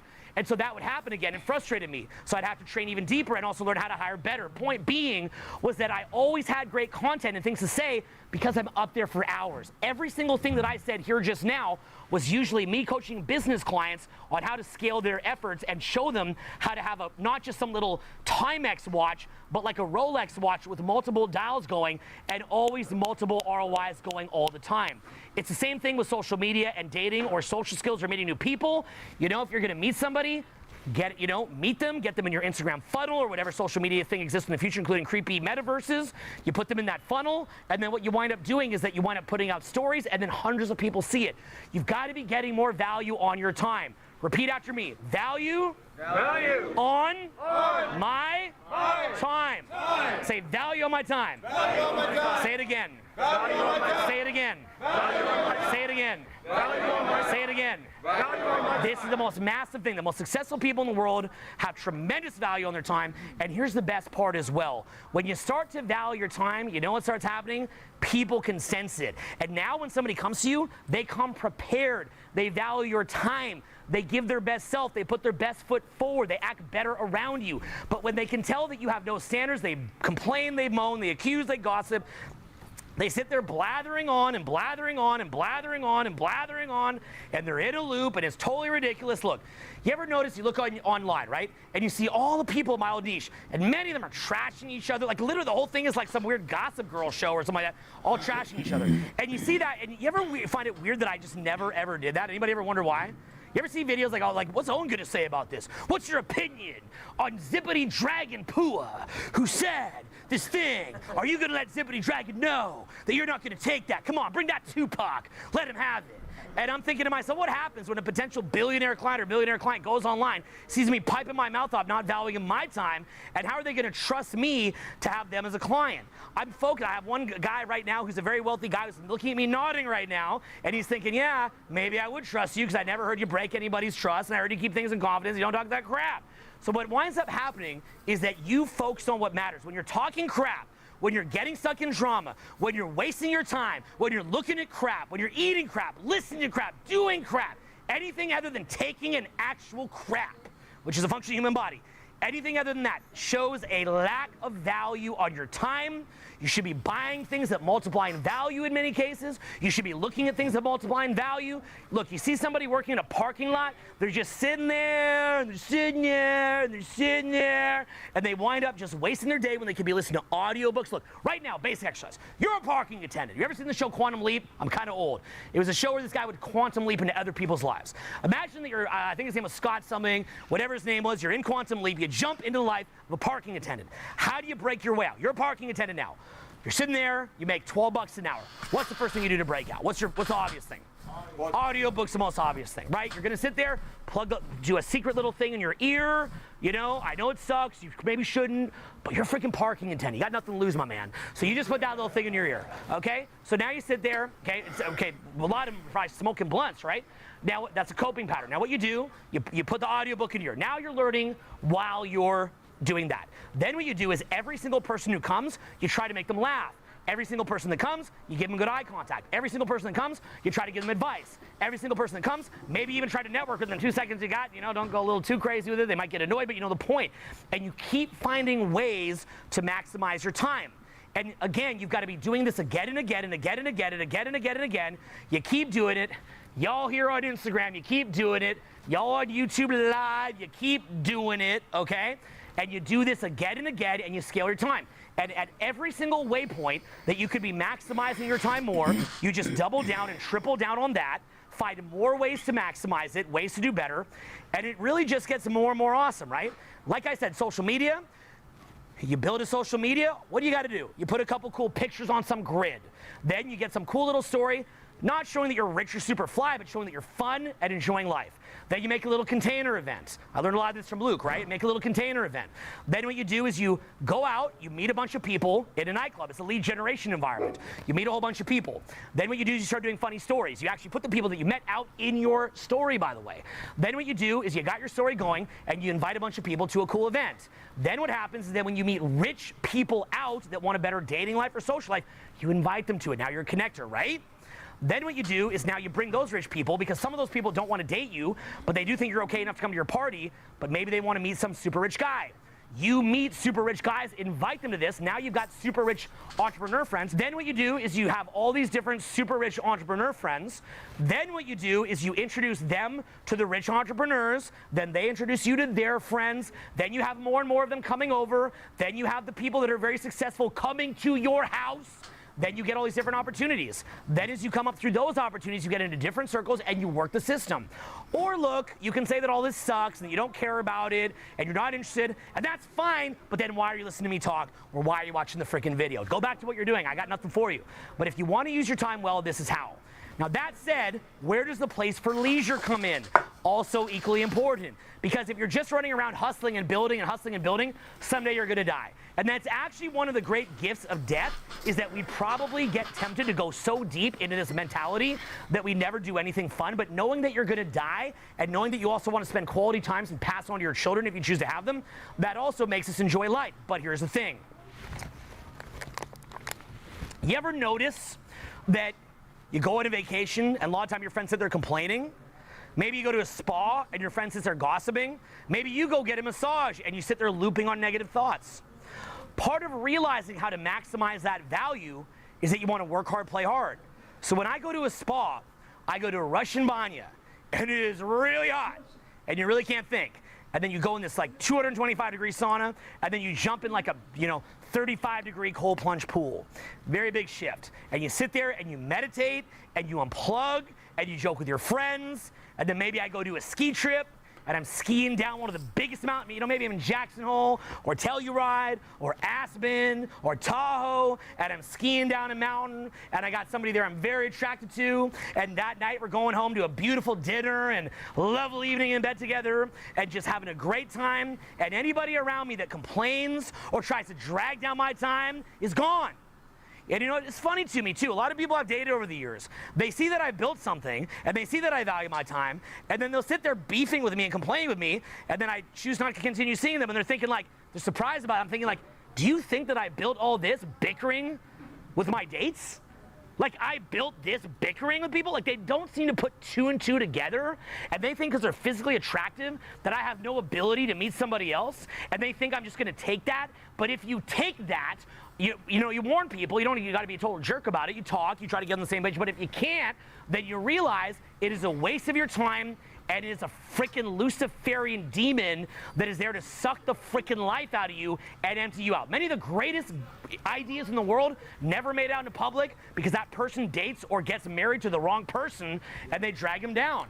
You also gotta learn how to, you don't hear feedback from when you're messing up, and you also gotta learn how to take into consideration somebody else's point of view. So you do that first, but if you can't get on the same page, focus on the bigger picture, because as you elevate, better and better people come. And that is a major, major commitment you gotta make. And that's the hardest part about all success. Dan Kennedy, a crazy marketing mentor, maybe one of the best ever, maybe the best ever, Dan Kennedy, what he said was the hardest part about success is being like a snake, shedding your skin and going to that next level, and the people that you leave behind. And the reason why is because people are addicted on crap. And as you elevate and your mind focuses more on what actually matters, what actually yields results, other people can no longer resonate with it, they run away from it, they freak out, they don't like it, and they're gone. And you still love them, but you don't need to let them dominate your whole life, and you don't need to have them ruin your potential. So again, look at yourself, don't blame everybody else. Ask yourself what you're doing wrong. I promise you, you are. Probably my favorite passage in the whole Bible. Don't judge the chip in your brother's eye when you got a plank in your own eye. So think that through. But what you want to do is you want to pull away from those kind of balls and chain, make more money, and give charity. Go make a couple extra mil and then give a couple hundred G's to charity, rather than just being some weird kind of like halfway house for people that are screwing up. So go do that. So this same mentality is exactly what I had when going out to work on my skills in the club. Every single thing that I did when going out, you think in a million years that I would just spend 2 decades going out, in a million years, 2 decades going out, just to go out and say to hook up? You think I would ever do that? There is no way that I would care enough about, using protection. It's like eating a sandwich through a Ziploc bag. So certain, I was very consistent with that. So there's certainly no way I would spend 2 years doing that, which is not even that great. Again, I'm not going to spend 2 decades to eat sandwiches through a Ziploc bag, and that's all that I'm doing. That was not my only ROI. In fact, I actually enjoy committed relationships very much because I don't got to use the Ziploc bag. But the thing is, I actually enjoy them more probably. And the only reason I come out of them is that the person just gets naggy, because I'm focused. So what winds up happening is, and notice I speak very, very quickly, that's because my mind has just gotten better with time and efficiency. You should also be aware that unlike many entrepreneurs, I chose to go into a counterculture movement. I chose to go to something that was not, part of the super cool establishment. Everybody says awesome and super cool. The really big irony for me was I was actually in the establishment, hanging out with presidents of countries, hanging out with the top of the top people for many years, and then in 2014, when the whole culture changed, then I was on the outside of it. So I know what it's like to be part of the establishment and the upper levels of it. I know what it's like to be out of it. I've seen both. I'm actually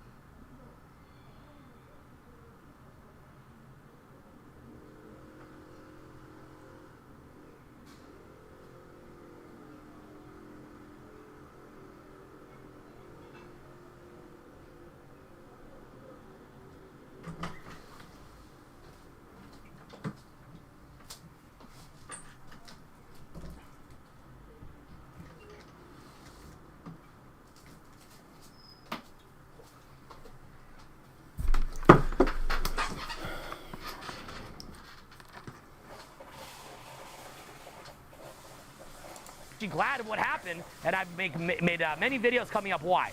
But again, why do I speak quickly, think quickly? Because I've had to learn how to be quicker, faster, more efficient, better, more effective, getting results. That's been my whole life. I don't have time to think at the speed of the average person because I am an artist first, and I wanted to do things that were, frankly, sometimes when you speak a truth a little ahead of its time, you get a lot of blowback, and I've had tornadoes come into what I've built. Imagine you're building something, and a tornado comes in and blows it down. And then you rebuild, and another tornado comes in and blows it down. And then you rebuild it again, and a tornado comes in and blows it down.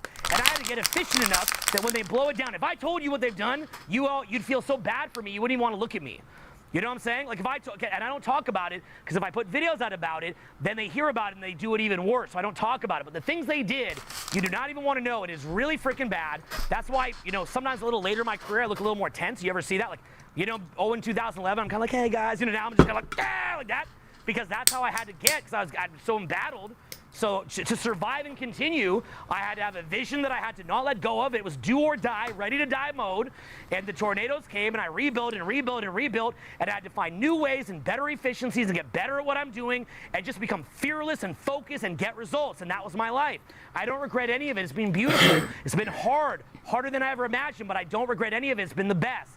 So that standpoint means I'm not wasting time, and you better believe it's like Michael Jordan in basketball. There's no wasted movements. There's no wasted time. And also, it's not just about like Michael Jordan, where you know you're not wasting movements and time, but you've also got to be like Phil Jackson, and you've got to put your DNA, and Kobe Bryant talked a lot about this, putting your DNA onto your team, replicating yourself, creating systems, building systems. What does it mean to build an actual system and to do all that? You guys here enjoyed seeing many different coaches and instructors and a whole infrastructure that I built, and you saw what a system looks like in a small manner. And that's also systems building. So you've got to build the system internally inside yourself, but you've also got to build your systems around you to multiply your income, and that's the only way that you're ever going to really get rich. Nobody ever just got rich being like, you know, just a carpenter sitting there by themselves. I mean, unless you're like, you know, Stradivarius violin maker who's jumped to the future somehow, but it's not likely to happen. If it does happen, it's not very many people. So that's what I'm trying to hammer into. Now, this analogy that I'm using, I want to connect this back to the idea of being in a trance. This trance is meant, the one that I talked about earlier, is meant to waste your time. That's number one. What's the first purpose of the trance they put you into? What is it?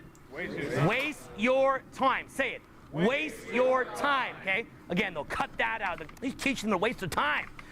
So that's the first one. The second one is to make it where you don't resonate with success. Say, don't resonate with success. Okay, I'm putting I like to put a lot of success anchors in you, like I'm gonna win, but I like your mind to recognize what this is. Recognize what it is. So when you see what's going on, what happens is first it burns down your time. The exact purpose of drugs is to waste your time. Burns down the brain, burns down the body. What does it do even more so? Burns down the time. There's no ROI in it. There's no ROI in it. Same thing with alcohol. Burns down your time, burns down the brain. Go look up Dr. Amen, change your brain, change your life. You don't believe me? Dr. Amen spent like 3 decades just scanning brains. Go see his opinion on weed. Go check it out. Take his opinion. I don't have an opinion. I just know what the brain scans say. Dr. Amen, change your brain, change your life. You're gonna be putting down the blunt real quick. So from that same standpoint, it burns your time. Notice that pop culture, why isn't pop culture emphasized on elevating yourself, emphasizing on the collaborative frame, emphasizing on the ascension of your spirit, emphasizing the evolution of your soul? Why is it always themes like us versus them, gossip, crap, negativity, fear? Why is that? Because frickin' Satan. It's just friggin' Luciferian. And when I say Satan, it doesn't have to mean literally Satan. I can't prove that. But that's the metaphor, the energy behind it. You have the energy of God, which is adding to life, giving to life, and aligning to that life-giving, expansive energy. Think of it like there is nothing, and then there is something, like the Big Bang as an analogy. From nothing comes that first mover, comes something, and it expands, and it moves. And when you connect to that, you connect to the infinite, you connect to expansion, you connect to playfulness, to lightness, to moving up, to abundance. You connect to that, and you want to go with that. And then there's the energy of death. And you can look at, and that is density, us versus them, scarcity, negativity, conflict. heaviness, being way too uptight, being way too serious. Look at a lot of our overlords, how serious they look. Do you see how serious they look? How seriously they take themselves? These are not really people that are ready for prime time in many cases, and really should not be taking themselves, they really need to learn how to crack a joke, but they're so tense because they're not ready for prime time, and they're put in there because they ain't ready for prime time. So what winds up happening is that we get in this weird world where people are kind of shaming each other and judging each other and trashing each other. You go on TikTok, which is the ultimate example of that. Go on there. Look at the comments in there.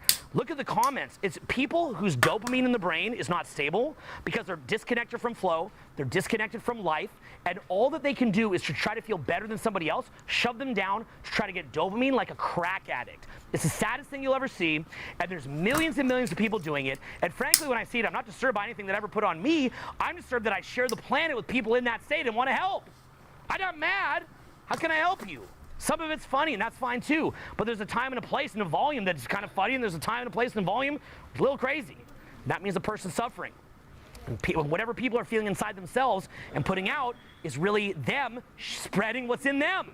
So when somebody's sharing pain and fear and negativity, they are filled with pain and fear and judgment and negativity.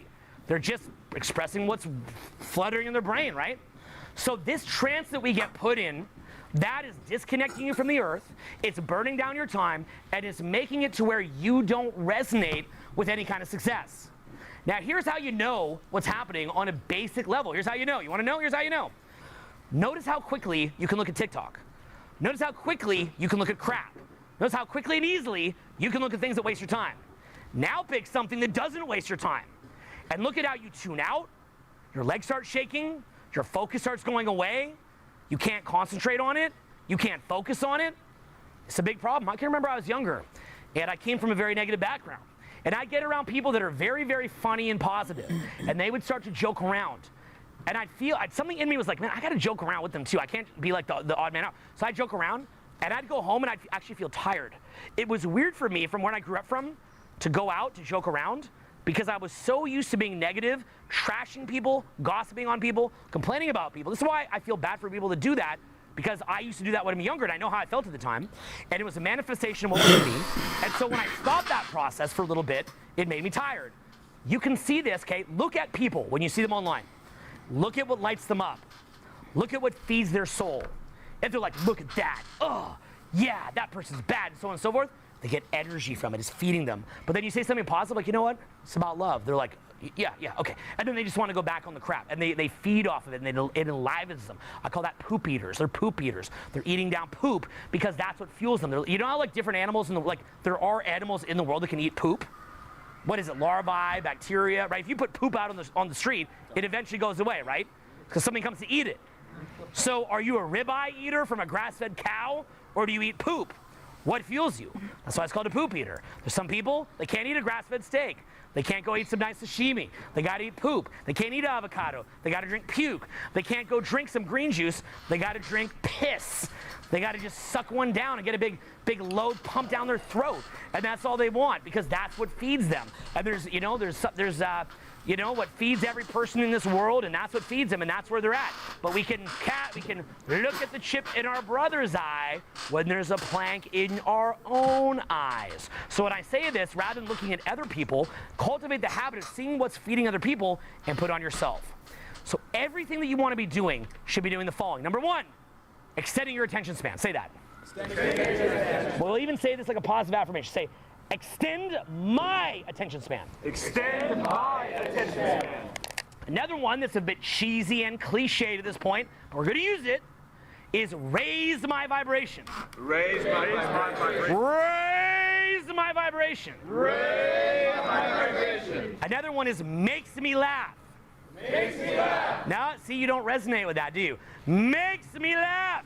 Makes me laugh. Okay, remember we're joking around earlier? Kind of hits a little more home when we make it funny, right? Say, makes me laugh. Makes me laugh. Makes me laugh. Makes me laugh. Make me laugh, Daddy. Make me laugh, Daddy. Oh, yes, I like to laugh. Say, I like to laugh. I like to laugh. Okay, so makes you laugh. Why? Part of life. Gets you the present. So you want to get more present to the moment. Say, I want to get more present to the moment. I want to get more present to the moment. I want to get more present to the moment. Okay? If I can make you laugh a bit, you remember a bit more, okay? So you want to be getting more present to the moment. Say, I want to have lateral thinking. I want to have lateral thinking. Lateral thinking. Lateral thinking. Lateral thinking. I want to think outside the box. I want to think outside the box. Critical thinking. Critical thinking. Questioning the narrative. Questioning the narrative. Thinking for myself. For myself. Okay. They're gonna make some people mad. People are gonna be mad. He can't think for himself. Thank you so much. It's good to see. Right? Because we live in the 2 + 2 = 5 decade. 2 + 2 = 5. You just say 2 + 2 = 5. You can show your tribal affiliation and gain status in your submission. Yeah. Say it. Say 2 + 2 = 5, and you can have dopamine and ostracize anybody else who doesn't say 2 + 2 = 5. We're the new cult. We're the 2 + 2 = 5 cult. And if you just say 2 + 2 = 5, you're in the cult, and you get dopamine, even if you've contributed nothing to society, even if you contribute nothing to the economy, even if there's no meritocratic reason why you have status, you can gain status, the same status as somebody at a high level and high control made by just saying 2 + 2 = 5, and then you collectivize and attack everybody that doesn't say 2 + 2 = 5, and eat all of society like a cancer, and just wreck everything, and we all just die. Yeah! The energy of death. Energy is eating itself, the snake eating its own tail.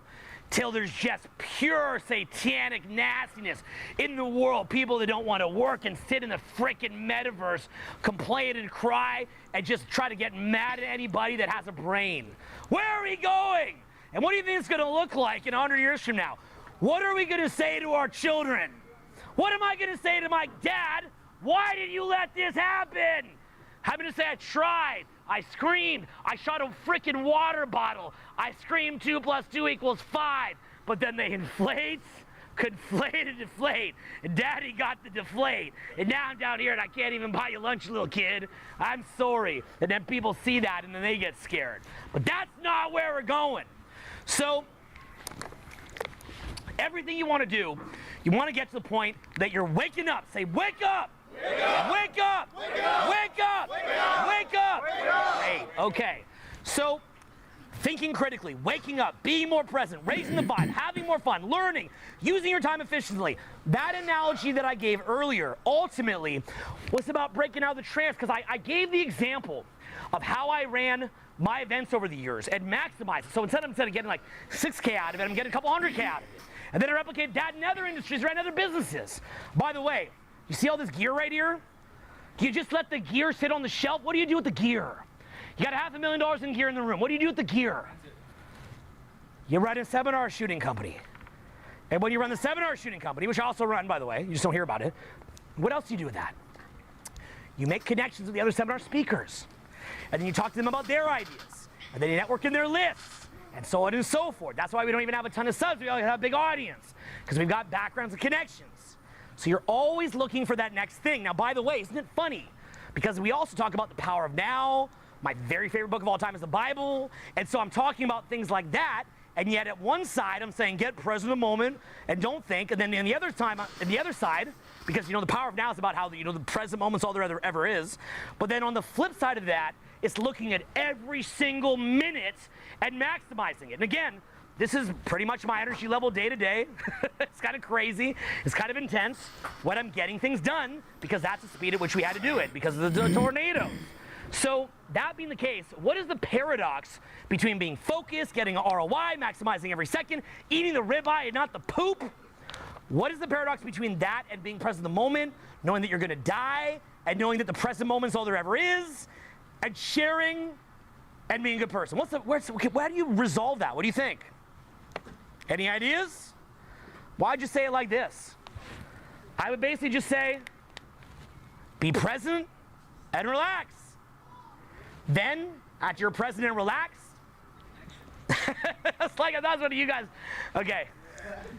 That is also how they're, by the way, see how it's like literally tracking my words. Those things there are tracking everything. Now, okay, you're all gonna see me in your feed a lot tonight because they can hear my voice. You've been noticing that? You see there's some weird stuff in your feed. You wanna know what's coming, look at your feed. So going from there, basically what you do is you get present in the moment and you're always, okay, let me I'll give an analogy and I'll tell you the answer. At the times that I've had the worst tornadoes, okay, worst tornadoes ever, I would have to work from when I woke up at top speed till I went to bed for several years to bring back my business, okay? My business has been collapsed by these tornadoes enough times that that business doesn't exist anymore. But I would just rebuild something so quick that you would see continuity and you'd literally think that nothing had happened. One of the funny things is, like, you want to know one of the best compliments that I ever got in these tornadoes, by the way? When staff members would ask for a raise. That was one of the greatest compliments, because I'm thinking, like, I've been destroyed. They're like, I demand a raise. I'm like, I actually look like I have it together enough that you're dumb enough that you think I can give that to you. You know, right? Because I have, you know, I've been like just getting killed out there, right? And I'm like, wow, I actually look strong enough that they think that's okay. In fact, in a weird way, when people insult me, that's such a great compliment because it tells me they view me as strong, if that makes any sense, right? If they knew what's happened to me, I think they'd feel too bad to say things like that. So I actually take it as a compliment. It's funny how that says it, right? I hope that when I'm 95, people are crapping on me. Because that means I'm doing things, right? The day I'm not doing things, like, he's 95, leave him alone, right? I don't want to be that person. I want to be doing things. So that was another compliment. You know, another compliment is when people will be like, I just demand you put up your own videos, right? And I'm thinking, like, wow, they like literally think I just chose to do that. You know, right? Like, they think, like, so I've kept my cool enough, despite those challenges that I've hit, those headwinds that I've hit, that it literally appears like everything's chill. That's actually a compliment. I take that as a compliment. So in a weird way, when people were actually super inconsiderate and selfish, that was actually a great compliment to me because they viewed me as strong enough, because so I hid it well enough what I was dealing with. Now, because I only slept 4 to 6 hours a night and had to go like this, my cortisol got so jacked up I got fat. Right? And so I'm eating like a paleo diet, I'm eating pretty clean, but I'll still get fat because I'm under so much stress, so much of a vice grip, so much of a meat grinder that I work around the clock. It was funny too, if you want to hear a great story, I've told this a couple other times. I remember when we rebuilt the business, and it was over about a 2-year period, and we lost all of our organic traffic. And I had to learn how to rebuild an 8-figure business with like 10 videos online. It was crazy. And what wound up happening was for about 2 years, I learned how to optimize every second of my day the best I could, all my actions, all the way that we do things, figured out, and I got us back without having to make a single fire. Hardest thing I ever did. And I remember sitting there after about 2 years, and I was sitting in Miami Summit, funny enough, we're in Miami right now. And I'm sitting at the Standard Hotel out in this hammock. And we'd finally stabilized the business to where I was like, after like 2 years, I can like take a couple days off. I remember sitting there, and I'm like, I think we really did it. I'm like, we're actually pretty good. Like, we're in a really, really stable place. Business is doing great, profitable. Didn't have to fire anybody. It's amazing. I'm sitting there, and right as and I'm not even kidding you. I can't even make this up. I'm sitting there, and right as I'm doing that, I'm like, wait a minute. This is peak season in Miami. It's model season. How come there's nobody here? You can guess where this is going, right? So I get up and I go to the front. And I kind of had a feeling this was coming for a while because I got friends on the inside telling me about it. But I go to the front and I'm like, hey, how come there's nobody here? What's that? Why is there no one here? You're like, oh, it's like the pandemic. And you got to be bad boys and go sit in your house for however long, right? And I remember thinking, like, my business is run on seminars, and it's run on going to nightclubs, and in the last 2 years, if I had known that this was going to happen, I would have just given up 2 years ago and gone frickin' hiking, you know? And so, and I literally had the thought that I had been so efficient and worked so hard for several years that literally I thought, maybe it was my destiny to get taken down. And it was just so much of my destiny. Maybe I worked so hard that I broke the space-time continuum, and I've now shifted into an alternate reality, much like the parking attendant I mentioned earlier. I've shifted into an alternate reality where they're just going to lock everything down because that was the only physical way I could be stopped. And I actually felt that way. I literally felt that way. Then I started crying. Then I went to this thing called the Russian Banya in LA, and I sat there for 4 days with my hands in my palms, just like on the verge of tears, just like, I can't believe I've been doing this for 2 years. I can't believe it.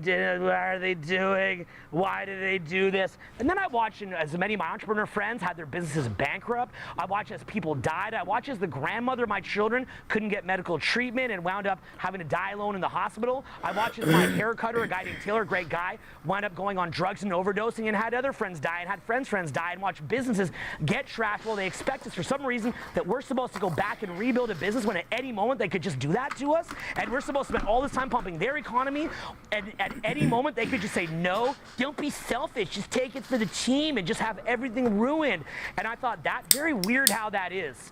But in many ways it was the greatest thing in my life because it got me traveling. I traveled all over the whole country all year. I said, you know what, I was always looking to build a 9-figure business, maybe a 10-figure business. Maybe I'll just be happy in like a low-level 8-figure business, and I'll just travel all the time. I won't go hire thousands of people, and I'll just pay myself more, and I'll just travel around and ski. Because why would I build something if I can't even trust them to do me dirty like that? Why would I do that? There's a breach of integrity. My thing is this: when somebody breaches integrity like that, you don't deal with them anymore. When somebody lies to you, you don't deal with them anymore. When someone looks you in the face and flat out lies to you, you don't deal with them anymore. And so when people are flat out lying like that, it is a personal duty to pull an Atlas shrug and say, I'm done. I'm done with you. You're relying on my selfishness. Actually, my selfishness, I don't need to run a 9-figure business. I can go ski. I can hire less people and pay myself even more. I don't care. And I've been doing that for the past 2 years, not the best 2 years of my freaking life. I've had a great time. I'm just going around skiing, I'm traveling, I'm shooting videos, I'm doing the art that I want. Wait till you see the videos coming out later this year. You've been seeing me doing this on Instagram stories. I'm everywhere. I never had a better year in my life. I'm about to go ski in Colorado for the next 2 weeks. I got friends coming over. Life's been good. But that's kind of what I went through. But in that process, by the way, and it's quite interesting, I had another realization about the depth of the trance. Because what I realized was, in many ways, I told myself I'm building a business. I've been a longtime fan of Gary Vaynerchuk. Love Gary Vaynerchuk. You know Gary Vaynerchuk? He's always saying, I could have bought Uber. You ever heard him say that? Yeah, I could have bought Uber. You ever heard that? I was in the same room where I could have bought Uber too. Okay, so I could have had it. So Gary V, love that guy. And he's always talking about hustling and buying the jets. And I was kind of more like the artistic version of that, right? Like the kind of eccentric, colorful shirt, beard guy version of that. And so I care more about the art, but I just am in the same mode anyway. The Thank You Economy, it's one of his original books, talks about just putting out value and that people who love you want to reciprocate and do business with you. Love all that stuff. I love Seth Godin as well. Great. Gary Vaynerchuk, Thank You Economy, Seth Godin, Purple Cow is a big inspiration for me, Permission Marketing, Unleashing the Idea Virus, John Carlton, Kick-Ass Copywriting, Secrets of a Marketing Rebel, Dan Kennedy, all amazing. So I kind of bought in that vision of like, you know what, I'm going to build a huge business and have a legacy and just crush it and be the man. And so I really like the idea of competing in LA, doing some of the sickest parties. We were competing with Hugh Hefner for best party in LA at one point, and just having a lot of cool friends, going to the best restaurants. You know, if there was like a hard to get in restaurant, I enjoyed that. Hard to get into club, I enjoyed that. Hard to meet piece of person to date, I enjoyed that. You know, shopping on Rodeo Drive, buying what I want, taking out my friends and buying them things. I used to enjoy doing like 20-person dinners, pay for all my friends, bring 10 friends out to the spa, bring all my friends out to movies, sharing the wealth, taking them on trips. I love that stuff. I want to be like the best, most fun person to work with. It's just, I love that stuff. And it's great, and I enjoyed it, and maybe I'll do it again. But what was weird was I realized that trance is not just to be a derper who's broke, but it's also to keep working. It's also to work and work and work and work and work and work and work until you die. And you sit there working, but you're still in their system. You're still in their system. You look at somebody like LeBron James, right? Wildly talented. Not a fan of LeBron, all of LeBron James' politics. I like some of it a lot, actually. Some of it I like a lot. A lot of it I don't, mix. But love LeBron James, love his journey. He's so good as an older athlete. His skills are incredible. So proud he's in Los Angeles. I love that. Love watching him play. I used to go to every Kobe Bryant game live at the Staples Center that I could. Huge Kobe fan. Learned so much from him. I'm someday kind of waiting to do like a really powerful video about Kobe. Sid's a big fan of Kobe as well. It brings tears to my eyes. You know, I feel like his soul has been free. He's finished his journey. I feel like he was ready to go home. So that's what I feel about his death. But anyway, you know, you look at LeBron James, right? He's this famous guy. Kobe, famous guy, right? But in reality, is it just talent that makes them, talent and effort that makes them at that level? It's not just that. People above them choose what sports get to be the famous sport. There's people that could do curling, and that could be an awesome sport. I mean, maybe not curling. Okay, how about polo, right? Like real polo. Real polo is probably incredible. I've never actually even seen it. I'm kind of talking through out of my ass here. But real polo probably is very fun to watch. But where's the polo league? Do you remember back when you were younger that it was only heavyweight boxing that was popular? Muhammad Ali, Mike Tyson, people like that. Did you ever think that like little short guys, like kind of my height boxing would become a big thing? Back in the day, lightweight boxing, was lightweight boxing ever big? But who blew it up? Guys like Floyd McGregor. Or sorry. I was going to get to that. Floyd Mayweather. Conor McGregor, right? And they did this incredible, incredible marketing that they did, right? And by the way, if you want to see how much of a derping society we live in, literally, we're that much of derpers that Floyd and Conor just looked in and they go, wait a minute, we could literally just say that we're doing a boxing match, and people would think that's like a fully real boxing match. You know what I'm saying? Like, you know, Jake Paul did the same thing, right? Marcel's Jake Paul's coach, or has coached him. So the idea being, they realized the average person's such a derper, they're like, Floyd versus McGregor, awesome, no, let's go watch it. They made all that cash. That's how much derping we have. So, you know, to be fair, some people get that it's like an exhibition too, I understand that, but there's also a percentage that probably think don't fully process that. Just go Floyd versus Conor. So what winds up happening is when the right people come in, they choose what gets popular or what doesn't get popular. So you are still building yourself up through that system. You're still playing in their rules. And what you begin to realize, now there's a pragmatic aspect to this, right? I mean, you got to contribute to the market of what people want, right? And there are shifts in the market, there are different trends, and you do have to adapt to that. But, so I'm not saying to fully pull out of that or to fully discard it at all in any way. You've got to, in fact, if anything, I'd say the opposite. I'd recommend that you're aware of the trends. That being said, you also want to ask yourself the extent to which you are selling out. How much are you selling out your values? One great conversation that I thought was so compelling and interesting was a conversation between Joe Rogan, who also recently, due to him being uncontrollable, was put on blast in the media. Quite the timing there. And so what happened was he had a conversation with Sanjay Gupta. I actually really like Sanjay Gupta, by the way. When I look at Sanjay, you know who Sanjay Gupta is? He's a medical guy on CNN. I look at him, he looks like a really good guy, looks like a positive guy. I think he looks like a guy who believes he's doing his best. But you got to remember there's a difference between somebody who's independent largely, not entirely for Joe, but a lot, and somebody who is owned. And it was fascinating to watch a conversation with somebody who can express freely and smile and joke around versus somebody who is owned. When you sell yourself out, you give up your discernment. That is when 2 + 2 = 5. You're told how to think. When you don't feel safe, what happens is you believe you're not allowed to have your own thoughts. This is very, very key what I'm going to explain to you. There's only 2 types of people that I've seen that can have their own thoughts. It is either people that are very, very confident about their safety, or it is people who believe in God. That's the only 2 that I've ever seen. Here's why. Because if you don't trust that you're safe, your mind, evolutionarily, will limit the bandwidth of your thinking. It will limit your lateral thinking if you do that. So what winds up happening is that you can see the truth blatantly in front of you. But if you don't feel that you're strong enough, that you have a backing, it's hard for you to see reality. So let's look at Joe Rogan. We contrast him with Sanjay Gupta in that talk. Great talk to look at for that. By the way, you can agree with Sanjay Gupta's point of view. That's okay. I don't care. I want you to believe what you want to believe. But what I mean is, what I'm getting at is look at their way they carry themselves. Do you ever notice with somebody like Joe Rogan, he kind of just thinks for himself and trusts his own judgment? You seen that?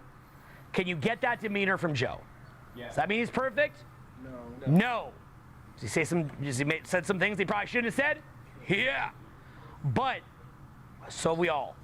And so what winds up happening is you can see him going into his mind using his judgment. Sanjay is going into his mind and thinking about what he's told to say. So if you feel safe, Joe feels safe because he's got a great network, great backing, then you can think for yourself. Or here's the other one. The other one is if you believe in God. If you believe there is life beyond the body, you know there's ideas in the Bible, you don't bear false witness as an example, then what winds up happening is you start to trust that you're going to believe the truth. It becomes more relevant to you. So the first thing is discernment. The second one is is access to flow states. And we have become so disconnected from flow states that we need to actively poison our minds as entertainment. Now, the frustrating part about this is that it's become so commonplace that we poison our minds, so commonplace at this point, that you don't even view it as weird. Do you remember when you were a kid and like you first found out that a steak is a cow? Remember that? Pretty weird, right? That's pretty freaking weird. You're like, okay, this is a cow? I remember I accidentally told that to my little cousin Ashley. And my Uncle Richard was pissed. You know, she was crying and crying because she's the cow up the street, right?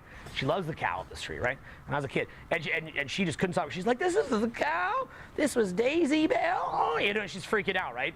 She probably became a vegetarian after that. So, you know, you first find that out.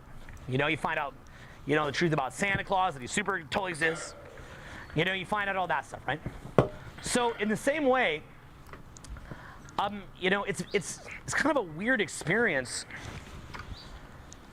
you know, having a lot of different things about life unveiled to you, right? A lot of pretty weird things being unveiled to you.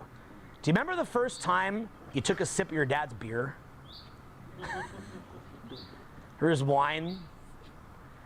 And you went, like, you know, you're like, why did you drink this?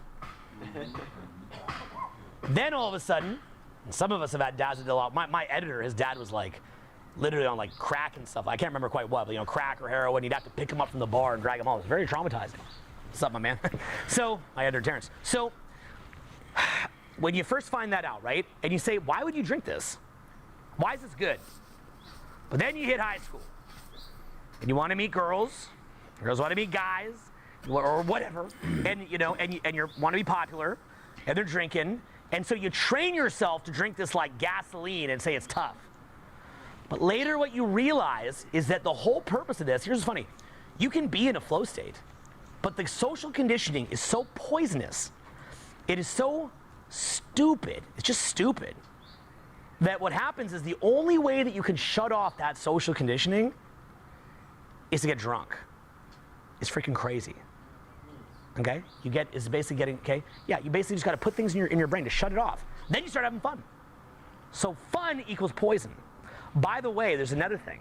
One of the reasons why right now the narcissism and sociopath gene is breeding and breeding. This is something no one's talking about, by the way. Like, oh, global warming, the climate crisis. How about the sociopath crisis? How about the narcissist crisis? How many people do you know that are like, I just keep dating narcissists? That's a real crisis. That's a real thing. Narcissists and psychos are repopulating at unheard rates because they're not agreeable. So all the nicest people, they get the social conditioning, and what do they say? Oh, I'll do that. Oh, okay, yeah, I'm a team player. I'm a team player. But someone that's a freaking psycho, they hear what the establishment says, they're like, stupid. Right? They're like, what? Come on. Get that out of here. Get the F out of here. Get that out of here, right? Because they can think for themselves, okay? You want to see an example of somebody whose opinions, many I do not agree with, but great example of it. Even though some of his opinions were, I think, a reflection that he was trying to solve a really tough problem, so he went a bit extreme. I also did agree with a lot of what he said, too. Great example, look him up, Malcolm X. One of my heroes, Malcolm, even though, so every time I say this, we're like, but he said this. Like, I get it. You don't have to agree with everything, guys. Okay? Go look at Malcolm X. Looking, you know, he'll be sitting there in a talk show, right? You got like 3 white dudes. And Malcolm knows he's hella smarter than those guys. And they're looking at him like they got something over him, and he's like, y'all got something over me? And he just looks disgusted with them, right? And he's somebody who could think for himself. And he was very switched on, very out of the conditioning, very, very aware. Go watch people like that. You don't have to agree with everything they say, but just watch how they parse through the crap and realize a lot of what they say is a reflection of the times that they're in and them trying to solve a problem they couldn't see a solution for. So, and sometimes they get so frustrated they can get embroiled in some negativity too. That can happen to the best of us. But go look at that. Some people, like Malcolm X, just go look at the guy. Look at him as he's being questioned. They try to poke at him. Why'd you call yourself Malcolm X? And this one clip. What's your real name? Malcolm X. Well, what's your birth, what's your like real name? Malcolm X. And he gave an explanation of why that was very, very powerful and very, very outside the box. It's that ability to think for yourself. That ability to think for yourself. That ability to think for yourself. There's many things from Malcolm I had a different opinion, but he's still a role model for certain aspects, okay? You can disagree with some points and still like somebody, by the way. That's another thing. People want you to think in tribal affiliation all the time. You're either in that tribe or you're out of that tribe for your dopamine structure. It's actually okay to look at someone in a different tribe and agree with them. Like, you know, if you're a Trump fan, you can listen to Bernie Sanders and think he has a good point. Like, you're allowed to do that, okay? Your friends might not let you, but you can. So, okay? So, it's this idea that our thinking gets limited down to our feeling of safety. Okay? Now with Malcolm, one thing that made him very, very powerful in my view, and I'm just guessing, I don't know for a fact, I'm speculating here, so you can have a different opinion by the way, and that's also cool. I believe that he knew he was going to die, and I believe that he had confronted that. So what happens is, when he knew that he was beyond just the body, that his will was beyond the body, that is when the discernment. So as you get out of fear, you know that fear they put you in 2020? As you get out of fear, you break out of it, that's when discernment starts to kick in. And it's going to come in waves, and it's going to come in floods, and it's going to come fast, and it's going to come furious. For people of faith, and everybody's a bit different, but for people of faith, it's like this dense wall, okay? And some people here are not of faith. And that's okay too. I don't care what you're doing. I mean, I do, but I leave it to you. And so what happens is that you call that upon yourself, and it's like this dense derp fog around you. And you call it upon yourself, and it's like it just begins to drill down and drill down and drill down a little bit. And then the light starts to come in, and it starts to open up, and then you start to want more of it, and you start to download it, and you start to bring it inside yourself. And then the discernment's like... and it starts to become very, very clear to you, okay? And then from that discernment that you get, that comes from a feeling of either safety or faith. So it's either you're so alpha, you're such a Chad, you're a Giga Chad, that you're not afraid of anything, or it comes from faith. It comes from an identification beyond the body. Or even it could be that you didn't have faith, and it just comes, and Malcolm was a tremendous person of faith, by the way, but it can come from that, okay? And just knowing that you're allowed to think outside the box. That's okay. Now, by the way, you know what's funny? There's ways to learn how to critically think, and there's ways to learn how to learn from multiple sources. There's really ways to do that. There's ways to look at somebody with a different opinion and not to be brainwashed by it. But do they teach that in school? Do they teach you how to look at someone who you shouldn't agree with entirely, but get the main points in most schools? What do they teach you in schools? Don't look at that. Gotta stay safe. Is that responsible? Is that freaking responsible? You want a couple quick tips before I go on in this? This is a powerful point here. You want a couple quick tips on how to look at something and know what it is? Want to learn a bit about discernment? Yes. Do you want to learn a bit about discernment? Yes. Okay. I'll give you a quick discernment tip, then we're going to keep moving on this point. Information that is coming at you is designed to manipulate you. Yes. Because every single thing in the earth has an agenda. Everybody has that. Many of us have worked to eliminate it. You are in a physical body, so you'll never eliminate all of it, but you can eliminate a lot of it.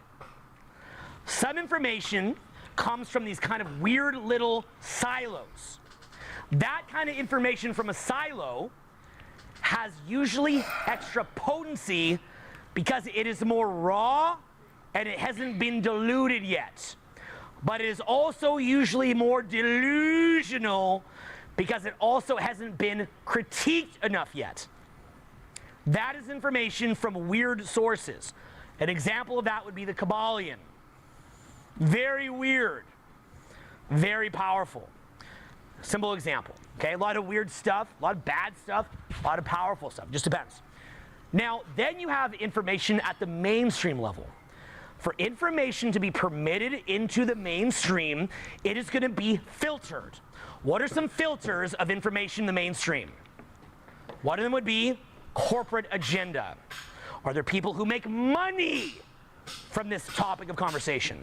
They are going to have their own lobbyists. They are now especially going to be controlling the flow of information, and they are going to use predicates that previously just would have been used by the CIA, like disinformation or things like that, to make it very scary, because inflates, conflates, deflates. Right? So there's going to be a corporate agenda. So much of the information that you're getting is put through a corporate filter. They have plugs in the channels of information, and they control that in a major, major way. Another one is activist groups, and then they're going to put that through their filter. Then there's the predominant culture of the society, and they're going to put that through their filter. The conservative movement, back in the 90s, a little bit of wild, crazy rap like Ice-T Cop Killer came out, and then the conservatives get mad, they get out of stores. That was the conservatives doing that kind of censorship in the 90s. Well, you have the same kind of thing later from the other side of it. So now you have activist group, you have the predominant culture, you have different religious groups that can do that, right? In some countries, if you say something against a religion, you're out of here, right? That's why we were supposed to have the frickin' First Amendment here so you could talk. And we had a justice system that handles anything that's a problem, but you can at least talk. Because we want to get rid of those filters, but now you're going to stay safe. That's what matters, not truth. Safety. And if safety and truth contradict, even though you'd be safe anyway, but I can make you think that and take it away. So there's all of these different filters that are hitting the information. Look, something like basic dating advice. Do you understand how weird it is that I was one of the main guy to come up with the most of the stuff out there? Right? Me, Mystery, David D, and some of the OGs. Do you ever pause and think, like, what would it be like to be Owen? And like just be sitting there like some little wanker 22-year-old and be like, nobody has anything that good on this? Like, I could figure this out and stuff? Whoa! Do you know what that was like? And I kept wondering, like, how come nobody did this? Like, it's 2002. Why didn't nobody do this? Well, the internet was just getting more popular, right? That's a big factor, the chat groups and stuff. That was a big part of it. But it was also that the information that a lot of people knew was basically reduced to be yourself. There's someone for everyone. Just wait to find the magical connection. Watch this mainstream movie about it. The information was out there. A lot of people knew it, but nobody wrote about it for fear of vilification. Here's why. Because you also have information going through what's called a filter of collectivism. Say that. Filter of collectivism. What that means is that you can't have, like it doesn't go with the social agenda to have a bunch of people learning that. Right? You certainly don't want to be walking down the street and everybody's trying to meet each other all the time. That'd be pandemonium. So as a result, they're not going to tell you, right? So they water it down, and by the time the information gets to you, so many people have put their little weenie in it that they polluted it, and it's like you're just drinking a boatload of spooge. It's just crap. It's garbage. So that's the challenge. Is on one side, you're learning information from some weird cult silo. Hasn't been tested, because what's the advantage, though, of mainstream information? A lot of people have also put it through the test. Different experts have looked at it, and they've given their opinion. But then there's also the collectivism, the money aspect, the social agenda, cultural agenda, and so on and so forth, okay? And if you go deep, okay, I have friends in the State Department, I got friends really high up, and they tell me about the stuff that goes on and the things they're doing. I mean, you wouldn't believe it. You wouldn't believe the things that I hear on a regular basis. And I'm like, yo, do a channel. He's like, I don't want to die. So, because you go down, right? And none of y'all defend the people that go out and do that. Y'all don't care. You just want your Starbucks. You're like, no, I want the info. But then somebody actually gives it to you and you don't care. You don't do anything. You're just like, I'll make a comment that they should do it. But you don't actually care. You don't vote with your actions. So as a result, you don't get it. You just get what you deserve. So the idea is you've got to realize that cult silo information is often misinformation, and it's not tested enough. And it's like, because you could actually look at people that are in these little kind of bubbles and silos, and they believe all this kind of weird stuff, if that makes sense, right? So then, and you can see it hasn't been tested. They haven't had enough debate. They haven't had enough critical eyes, enough cynics, enough pessimists to put it to the test. But then at the same time, mainstream information has had so many people's weenies put in it, it's not even real information anymore. So you're kind of stuck in this weird silo. By the way, I'm going to make one last point about this. It's kind of a really fun one. Do you guys know the midwit meme? This is a really big one, the midwit meme. Anybody know the midwit meme? Okay, so the midwit meme is this idea that, like the dumb person, they're seeing something, for example, take religion, right? Dumb person, they're like, Noah's Ark. Yeah, right? Like, that's like, the dimwit, right? Like, I believe in God and Noah's Ark, right? That's like the nitwit. Right? The midwit is like, look, Are you telling me that every single person who like believed in, say, Greek mythology burned in hell? You know, are you like, of course the fact that people can't cope with death, they need some story. Of course the fact that people just make up things thousands of years ago. Why would there be Jesus? Why was he born before there's an iPhone? What a weird coincidence is that, right? Some guy running around on a lake. How come that didn't happen when there's iPhones? It's a strange coincidence. So you look at that, right? That's pretty smart, isn't it? This makes sense, right? Then what happens is you go a little past that paradigm and you learn how to read esoteric texts, and you go back and read that. Say you go read the Sermon on the Mount or the Gospels, and you read that at a higher level, and your head just explodes. You're like that, because you know how to read it. Okay? But you've got to be operating at a very, very high level how to read it. But see, what winds up happening is that the nitwits wind up pushing away the intelligent people. You see how that works? The nitwits who are just brainwashed. If you're the midwit, you see that, you go, I don't want to be one of them. So you can't look at it. And this is the same thing that happens with a lot of the best information, right? If somebody were to look up maybe information that I put out, they might look at the media, see the articles about it, and they're like, I'm not going to do that. They see the clickbait where they cut it out of context, some silly imitation like I did at the beginning of the video, that I'm going to keep doing those. I'm not going to stop having fun to be, out of fear of cut out of context. No, I'm kind of tempted because it's such a problem, but I'm going to keep having fun.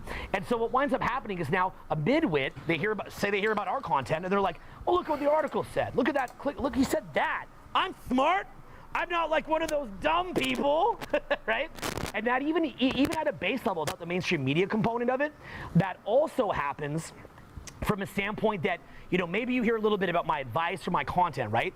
And if you're new, you're like, Tyler. You think that I walk up to a Victoria's Secret model and just go blink and it's on or some stupid thing. It's so dumb, so ridiculous, right? Not the case at all, right? So then, that's like, the nitwit. Then the midwit comes in and says, wait a minute, I can do this myself. I don't need to hear advice. But that isn't kind of weird that so much of my revenues are coming from people that run the biggest businesses in the country? So it obviously shows that some of the brightest minds are coming to us for help.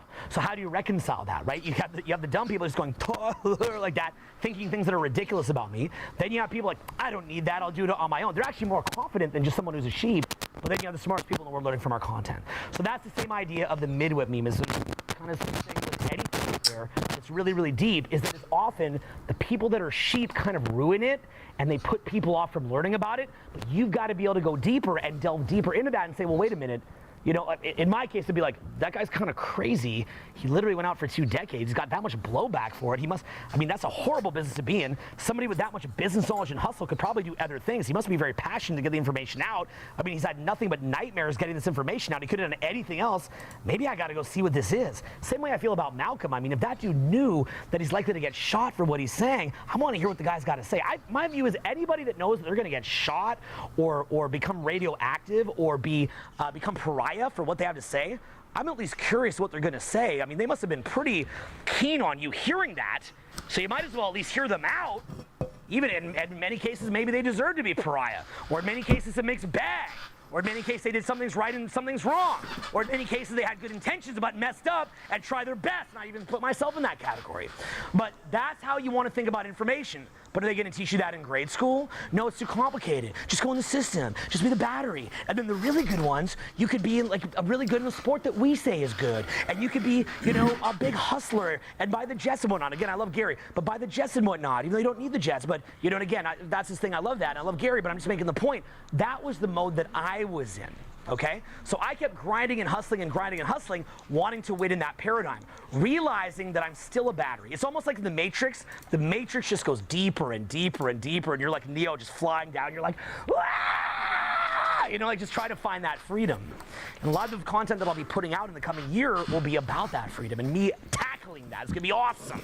So going from, and I got that really just from me initially having social anxiety and breaking through that layer of freedom, then having social fear, breaking through that layer, constraining my freedom, maybe being afraid to go to a party or do a product or a product launch or things like that or make money, and breaking through that constraint on freedom and just breaking and breaking and breaking and breaking and breaking and breaking. Okay, and I urge all of you to do the same thing, because when you don't, you're dead. So I'd urge you to do that. You might have a physical life, but you have a spiritual death. So keep going, and that's why you're here. So as we continue, what wound up happening is you got to realize that when your discernment is limited, you don't feel safe, and now all of a sudden, your will has been subsumed. In other words, if you are not allowed to think for yourself, and you are thinking like a sheep, you have no will, and you're spiritually dead. So in other words, through that discernment, as that drill, as you summon the drill, and it burrows down through the dirt, then what winds up happening is that you begin to have discernment, and it begins to flood in, and it's intense, and it's electric, and your energy goes up, and it's freaking awesome and addictive, and you want nothing more than that flow.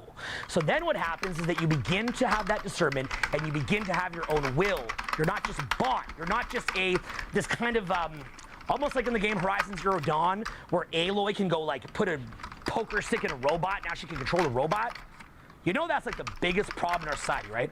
As soon as we got rid of the monarchs, right? You know, American Revolution sparked all this freedom movement. They didn't go away. They just brainwashed the masses and continued on at an even better level of ruling over you. So when you get to a point, like, you know, we talked a lot in 2020 about how somebody who kind of doesn't go with the narrative is like a threat. They could cause a problem to another person. You know what I think is the biggest threat to society? Derping. Because when you're derping, you can be controlled by freaking psychos. And those psychos are replicating because they don't buy into the conditioning, and so they get hookups a lot, and they get a lot of pregnancies, and even if the rate of psychos increases a little bit generation by generation, soon enough, that's the whole freaking planet, and it takes over. And the conditioning is so sickening that if you listen to that, it kills all your attractiveness, kills all your dynamism, kills all your swag, kills all your flow. You become so freaking beta. You've seen videos of me just screaming, yeah, beta! And it sounds nuts, but this is why, again, inflate before conflate and deflate. And so what winds up happening is that this psycho thing is going on, and people that are like that don't care. They're connected right to hell, and they're the minions of hell. And what winds up happening is now they can brainwash people. So if you don't know how to think for yourself, you are basically like a robot that could just be animated by some crazy person. Do you think those crazy people can get control of the narrative? Do you think they can get control of the levers of authority? Of course they can. Of course. Look at history. And yet it's viewed as bad that you'd have any pessimism. It's viewed as bad that you'd have any questions. That's viewed as bad. So people that question things doing the best. But we forget history. We drink a freaking Starbucks. So what happens is that your will comes alive. And it is through the exercising of that authentic will that you access flow. And what accessing flow does, when you're acting truly connected to your own intention and connected to your higher power and having drilled through that derp and that energy moving through you, what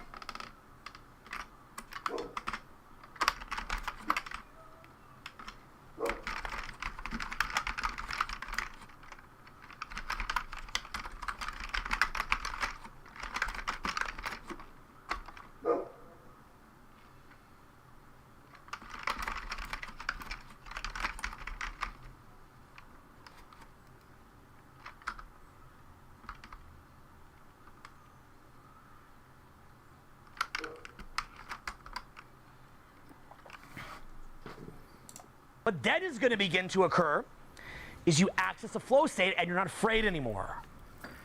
And you don't need to poison your brain to access flow. And you don't need to make yourself numb to access flow. And you don't need to sit there and hide to access flow. And you begin to identify less and less with the physical body. Your identification with that physical body goes down, and you become a little bit less afraid because you know where you're going after, you know what your soul resonates with, you know that when it gets sucked out of the body, like attracts like, and you know where it's gonna go. And you love this life, but you're really here in many ways to serve, also to enjoy yourself too.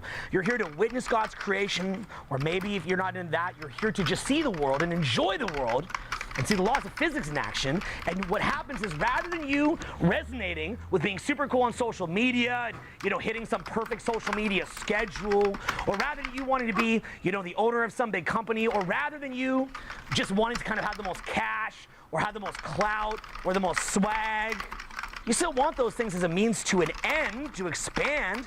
But in many ways, what happens is that you are more addicted to getting access to that flow. And you're getting addicted to seeing things of the creation of God, or if you're not in that, basically you want to see the universe and how it works. And so what starts happening is, you know how I said, I started this seminar off talking about Monument Valley, remember that? Yeah. You want to see the real Monument Valley. The weird picture of Monument Valley just doesn't do it for you anymore. And then what happens, you go see Monument Valley, and you look at it, and you connect to it, and you've drilled through that little derp wall, and it infuses you, and you connect to that.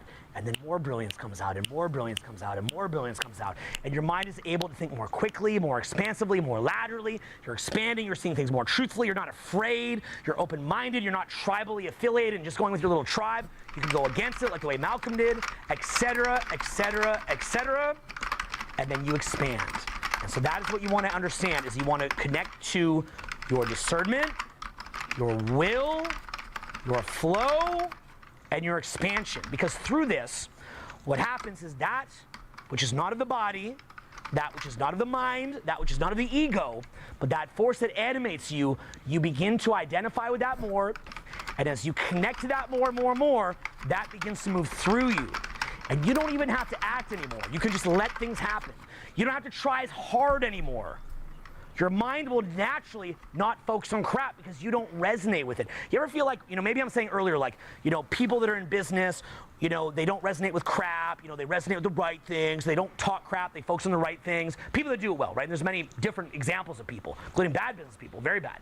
But what happens is that the way that you begin to resonate more and more deeply with that and not have to try so hard to avoid the crap is that you just don't like it anymore. You don't have a taste for it anymore. You don't even view it as something bad. You view it as ridiculous. You just view it as silly. You just don't care. So what happens is that you naturally begin to expand more and more and more. And then so what happens is that your body gets older, your body starts to break down, but your energy actually increases. Your energy, your flow increases. Energy moves through you better. You're more on the tip of the toe. You're sharper, better, faster, stronger, more effective. But you're also looking forward both to enjoying this life to the fullest, but you're also looking forward to the end. And you want to see what's beyond this, and you're excited about that. And in many ways, your greatest fear is you see your sons, and you look at them, and you want them to be able to join you there. You want them to be with you on the other side. You begin to peer through the veil, and you want them to be there with you. And you have to say to them, son, don't let them steal your soul. Don't let them, because they're coming for it. And I want to see you on the other side. And I'm going to be dead, and my children will watch this. And that is my message to my children, is don't let them steal your soul, because I want to be on the other side with you. I'm watching you right now. You can't see me, but I can see you now. And I want you here with me. So don't let them take it from you, no matter what. And that's what I'd say to all of you. I want all of you to expand and to be there. And that's what I would say to my children, and my most important message to my children, because that matters more than any of this stuff. And that's what I want for all of you, is don't let them steal your frickin' soul, because they're coming for it. And again, they'll cut that out of context. Like, look at Owen Cook. Now he's saying people are stealing his soul. Do you want to see him on the... And yet they're not going to look at the whole talk at all. They're not going to put any kind of context. And they're not going to look at all this sick crap like the alcohol, the processed food, the fake advice, the fake news, all this trash that they normalize, and then anything that would actually elevate people out of that, again, inflate, conflate, deflate, they do that. What happens, they take anything beautiful, whether Monument Valley or any person or whatever else, and they use that and they commandeer it to put you deeper in the trance. And so these beautiful things put people deeper in the trance, being cut out of context in many different ways, and people are back in the trance. But the question is do you want to be stuck forever in the trance, or do you want to wake up? Repeat after me. Say, wake up! Wake up! Wake up! Wake up! Wake up! Wake up! Wake up! Wake up! It's like an alarm clock. Okay, I'm going to do a little exercise to end the summit.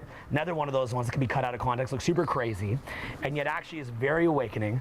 Everybody from your seat.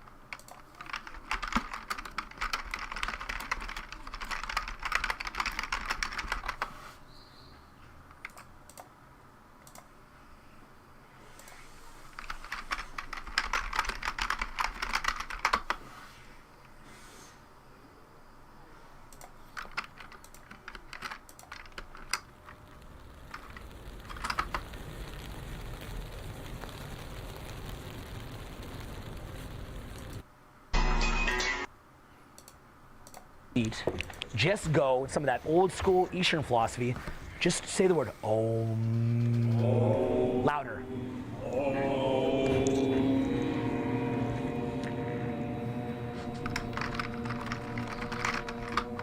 That's to remove the stimulation.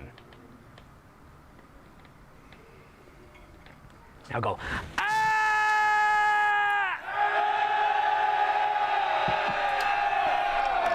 Okay, now stand up. Go. Om.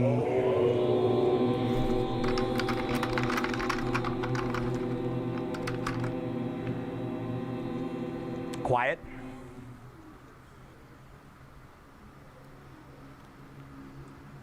Again.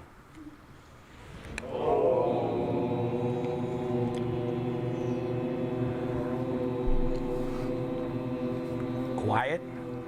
Let the trash poison in your brain settle down for a second. Be present. Again.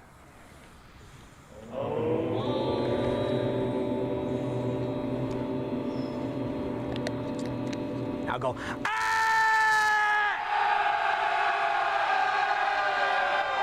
Think about all the pain you've been through. Scream again. Think of all the filth they poison you with and get it out. Scream again. Think of how you reject the sick system. Scream again. Think of all the trash they put in you and scream again. Now go Om.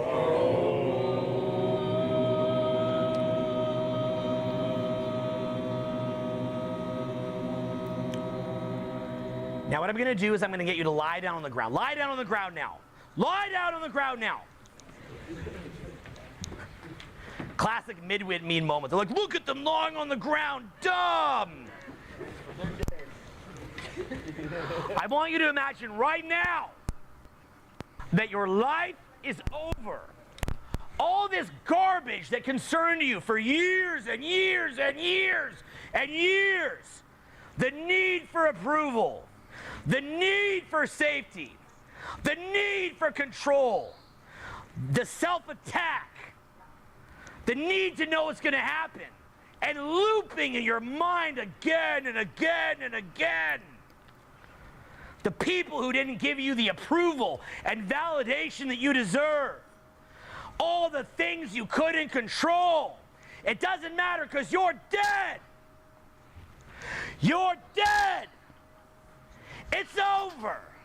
You're dead. Everything you worried about. All the times you attacked yourself. You weren't good enough. What's going to happen? Am I going to be safe? The attachment, the need. You're dead. It was all pointless. It's over. You're dead. If you could come back, how would you live differently? How would you let them not put that poison in your minds? Put you in a trance and control you and live in fear? How would you change? Would you be at peace? Would you choose life? Would you expand? Would you act through your own will? Would you exercise real discernment? Would you let go of the parasite running your brain? Would you choose life? Yes or no? Yes. Would you choose life? Yes or no? Yes. Would you choose life? Yes. Yes. Would you choose life? Yes. Would you choose life? Yes. Would you choose to expand? Yes. Would you think for yourself? Yes. Would you think critically? Yes. Would you expand? Yes. Would you grow? Yes. Would you share? Yes. Would you live? Yes. Would you love the remainder of your life? Yes. Well, get up now, stand up now, and scream, ah! Louder, again, scream, ah! Again,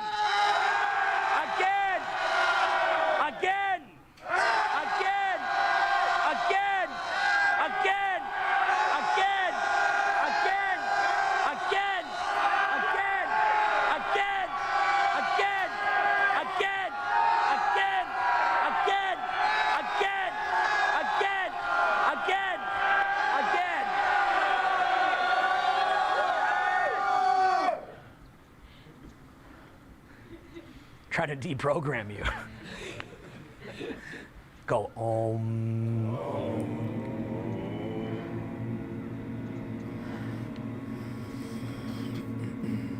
This is dangerous what we're doing here. You're being deprogrammed and putting back to baseline. You're being put back to baseline. Feel your mind cleared. Feel your mind cleared. Now to wrap this up, give a hug to everybody here. Look them in the eye, tell them you love them. Give a hug to every single person here.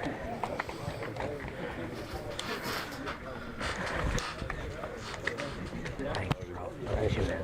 Thank you, bro. What's up? I love you. I love you. Love you. Love you too, brother. I'm gonna say, what's up, man? Love you, bro.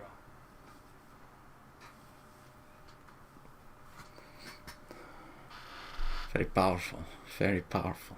I like it a lot.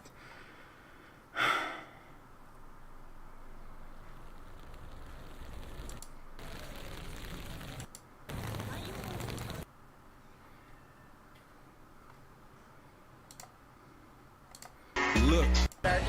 What do you consider Juneteenth a distraction? Pronounce it, right? So you agree that you guys every day, right? I would agree. So real quick, read that for the brother, real quick. The 13th Amendment. The 13th Amendment to the United States Constitution abolished slavery and involuntary servitude except as punishment for a crime. Except for punishment for a crime. Can I tell you something? Go ahead. I've never considered the last half of that sentence. Now watch this, right? Watch this, because you even know the Pledge of Allegiance. Remember, it was amended. Yes, I was forced to do that. Right, it was amended. Why was it amended? Because somebody wanted to add. Or being 13th Amendment legislation. So if that's the case, then what do you think should happen for what your people did to? So again, according to justice, what would justice look like for us, for what Caucasians, colonizers did to our forefathers? Because we're celebrating Juneteenth, right? I really have no idea. You have no idea, but I thought you were. I'm going to tell you this is what we said. I think we're done. Yeah, we're done. Well, real quick with the camera. I ran in your house and killed everybody in your house. What would justice look like for you at that point? What should happen to me? I don't know. I only have 2 cats. What would justice be like if I take your jacket right now? I don't know. Giving it back, having somebody else help me get it back. So it's just. See, it's really trying to. I don't know what's going on. Watch this. He doesn't care what his people. Yeah, listen, I'm gonna say like this. This is what we said. I think we're done. Yeah, we're done. Well, real quick with the camera, real quick. This is the point. You see how white people can just when we put the pressure on them. You see how white people can just walk around here. This is Juneteenth. He's over here celebrating with us our emancipation. But when I ask him. Good afternoon. I'm so excited to be here. I actually film all my shows here at the Orange County Performing Arts Center. So, innovation is a brain function. It is dependent on the physical health of your brain. So did you know, obviously, your brain's involved in everything you do. How you think, how you feel, how you act, how you get along with other people. At the Amen Clinics, we've looked at over 63,000 brain scans over the last 20 years, and it is very clear to me that your brain is the organ of judgment, personality, character, and innovation. And when your brain works right, you work right. And when your brain is troubled, you are much more likely to have trouble in your life. So what you see on the screen are 2 brain SPECT scans. SPECT is the study that we do in our clinic. It's a very sophisticated brain imaging study that looks at blood flow and activity patterns. It looks at how your brain works. And it basically shows us 3 things. Areas of the brain that work well, areas of the brain that are low in activity, and areas of the brain that are high in activity. So good activity, too little or too much, and then our job becomes balancing it. The image on your left is a healthy scan. It shows full, even, symmetrical activity. The color doesn't mean anything, it's the shape. The image on the right is an alcoholic scan. alcohol is directly toxic to brain function. I know many of you believe you have to have your 2 glasses of red wine a day because it's good for your heart. It's not good for your brain.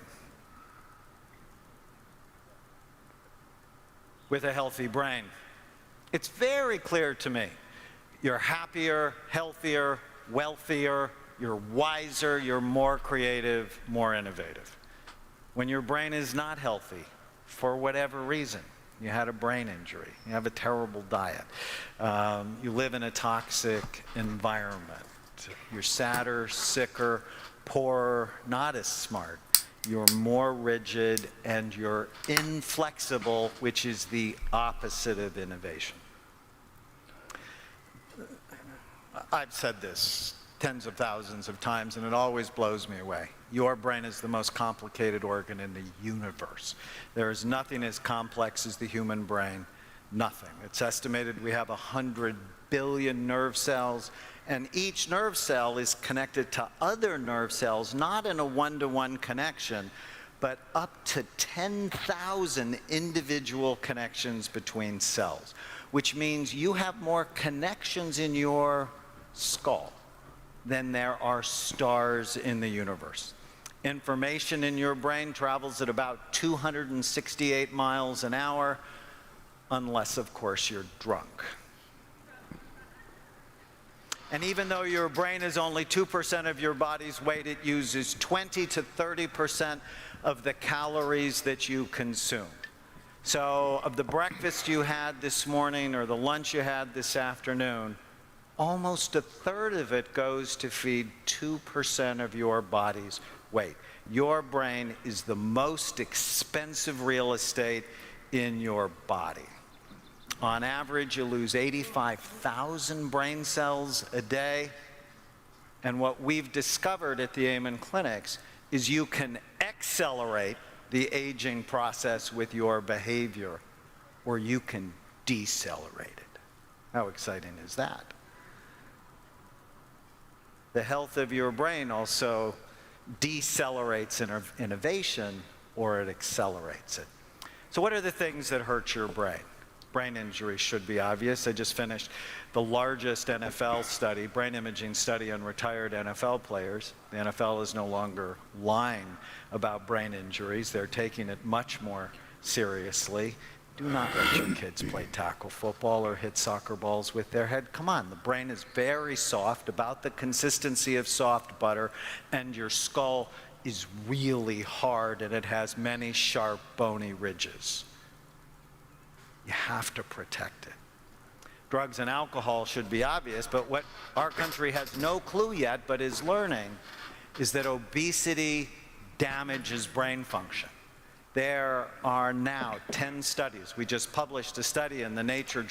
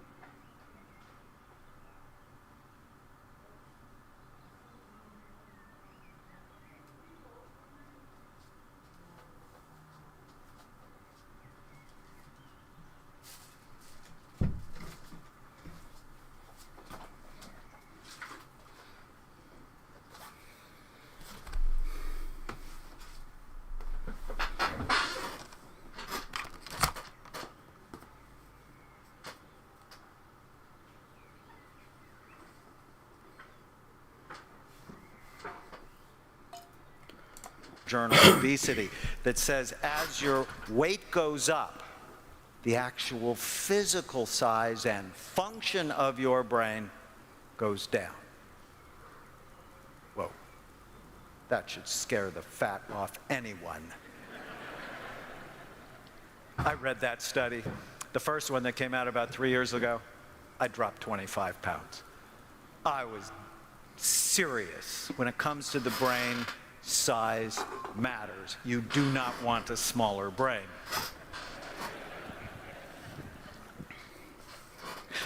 Smoking constricts blood flow to the brain. Like it prematurely ages your skin, it prematurely ages the brain. High blood pressure, as your blood pressure goes up, the blood flow to your brain goes down. So you need to know your blood pressure on a regular basis, and if it's high, take it serious. Diabetes, standard American diet, environmental toxins, lack of exercise, and something I call ANTS.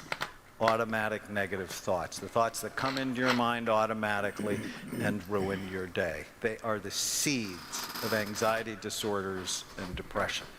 So if this is true, it is, what are the things you can do to help your brain? Positive social connections. Unbelievable. The people you spend time with determine your longevity. Isn't that interesting? If you spend time with people who have healthy health habits, you pick those up because people are contagious. If you spend time with people who do not have healthy habits, you die early. Become very serious about who you spend your time with. New learning, so TED is perfect for this. Whenever you learn something new, your brain makes a new connection. When you stop learning, your brain actually starts to disconnect itself. Diet's absolutely essential. You are consuming the nutrients that are helping you or the toxins that hurt you. The SAD diet, the standard American diet, is not only associated with heart disease, cancer, and diabetes. It's associated with depression, attentional problems, and Alzheimer's disease. Food is medicine or it is poison. Sleep, again, it's absolutely essential. Because, you know, in 1900, we got on average 9 hours of sleep at night. 2011, we get 6 hours of sleep at night. Less than 7 hours of sleep, you get lower overall blood flow to the brain. Your brain cannot go through that kind of transition in such a short period of human history without there being very serious consequences. And as sleep goes down, weight goes up because your cravings get out of control. So being physically healthy is important, but having anxiety is important. Did you know there are great studies with longevity, and the children who were the don't worry, be happy children die early because they didn't take their health seriously enough. I hope I give you a little anxiety. You know, I'm a psychiatrist by training. I was teaching people to chill out, and what I came to realize is I need to motivate them a little bit and just increase their fear so that the double cheeseburgers are not calling their name. Meditation fooled us. What we thought, you know, meditate, zone out, brain calms down. Absolutely not like that at all. When people meditate, it activates the front part of their brain, which is the most human, thoughtful part of their brain. You want the best antidepressant? It's not Prozac, it's gratitude. You write down 3 things you're grateful for every day. Within 3 weeks, you'll notice a significant difference in your level of happiness. And ant killing means don't believe every stupid thought you have. If you go, okay, Dr. Amen, you've been a psychiatrist 30 years, single most important thing people can do, don't believe every stupid thought you have. Have this little word, this little question in your head, is it true? So when you feel like your husband doesn't love you, is it true? Because when you question your thoughts, you live in a more rational world. Here are examples of 3 60-year-old brains, one with Alzheimer's disease, one that is overweight that has sleep apnea, which is a disaster for brain function, and a healthy scan. Which brain do you want? I know which brain I want. Here are 5 ways brain imaging will change everything you do. The first thing, it will give you brain envy. So I started doing scans in 1991, and was 37 years old, and I scanned my own brain. And I looked at it compared to a lot of other scans, and I went, yuck, too many bumpy places. And I've actually never drank. I got drunk when I was 16. I had a hangover for 5 days. I went, this is not for me. Never smoked, never did drugs. And I'm like, so why does my brain look so bad? But at the time, I had a lot of bad brain. I only slept 4 or 5 hours a night because I was driven. I was drinking diet soda like she was my best friend. I carried more weight, was under chronic stress, and it showed. And so since I saw my scan and developed brain envy, at 52, I scanned myself again, and it's much younger. My brain looks better. And you know, you can do that. That's the cool thing about the brain. You probably heard about brain plasticity. But if you make good decisions today, well, we found this out with our NFL study, that you can start to improve your brain within 2 months. It's like, how exciting is that? And with a better brain, everything in your life is better, from your body to your money to your relationships to the level of innovation. The second thing is, since brain imaging, I would never let my kids play tackle football. When does the brain finish developing? 25. Your brain, and in males, some people think it's more like 28. So the idea that you are an adult at 18, from a neuroscience perspective, is just flat out stupid. And the insurance companies know that. When do your insurance rates change and stabilize? 25. Why? Because you're making better decisions, and the decisions you make are a brain function. So do not let your kids put their brains at risk. You'll take environmental toxins so much more seriously. This is one of the firefighters that we scanned recently. And you see this overall low activity, those holes. He doesn't have physical holes in his brain. What he has is serious overall low activity. You'll take your weight a whole bunch more seriously. And you'll think about the early detection and prevention of Alzheimer's disease. Alzheimer's disease is expected to triple in the next 25 years. We cannot afford this. And how you prevent Alzheimer's disease is you prevent all the illnesses that are associated with it, like heart disease, cancer, diabetes, depression, and high blood pressure. So, how to create a brain-smart world to accelerate individuals. This is my goal. And we see individuals and families at the Amen clinics, but we're very interested in schools, in churches, businesses, and communities. And I love this. Andy came to see me about 4 months ago. First time about 10 years ago, when he was 53 and his brain just looked awful. And I got him to buy into the program of brain health, and this is what his brain looked like 10 years later. Isn't that cool? But I want to talk awful. And I got him to buy into the program of brain health, and this is what his brain looked like 10 years later. Isn't that cool? But I want to talk about getting systems involved. So I was working on my new show, and while I was working on my show, I went to church. And my wife said she'd drop Chloe off, our 7-year-old, to children's church, and I would go save us seats. And it's at a very large church nearby, and it's not Saddleback. And as I walked into church, I passed 500 donuts for sale.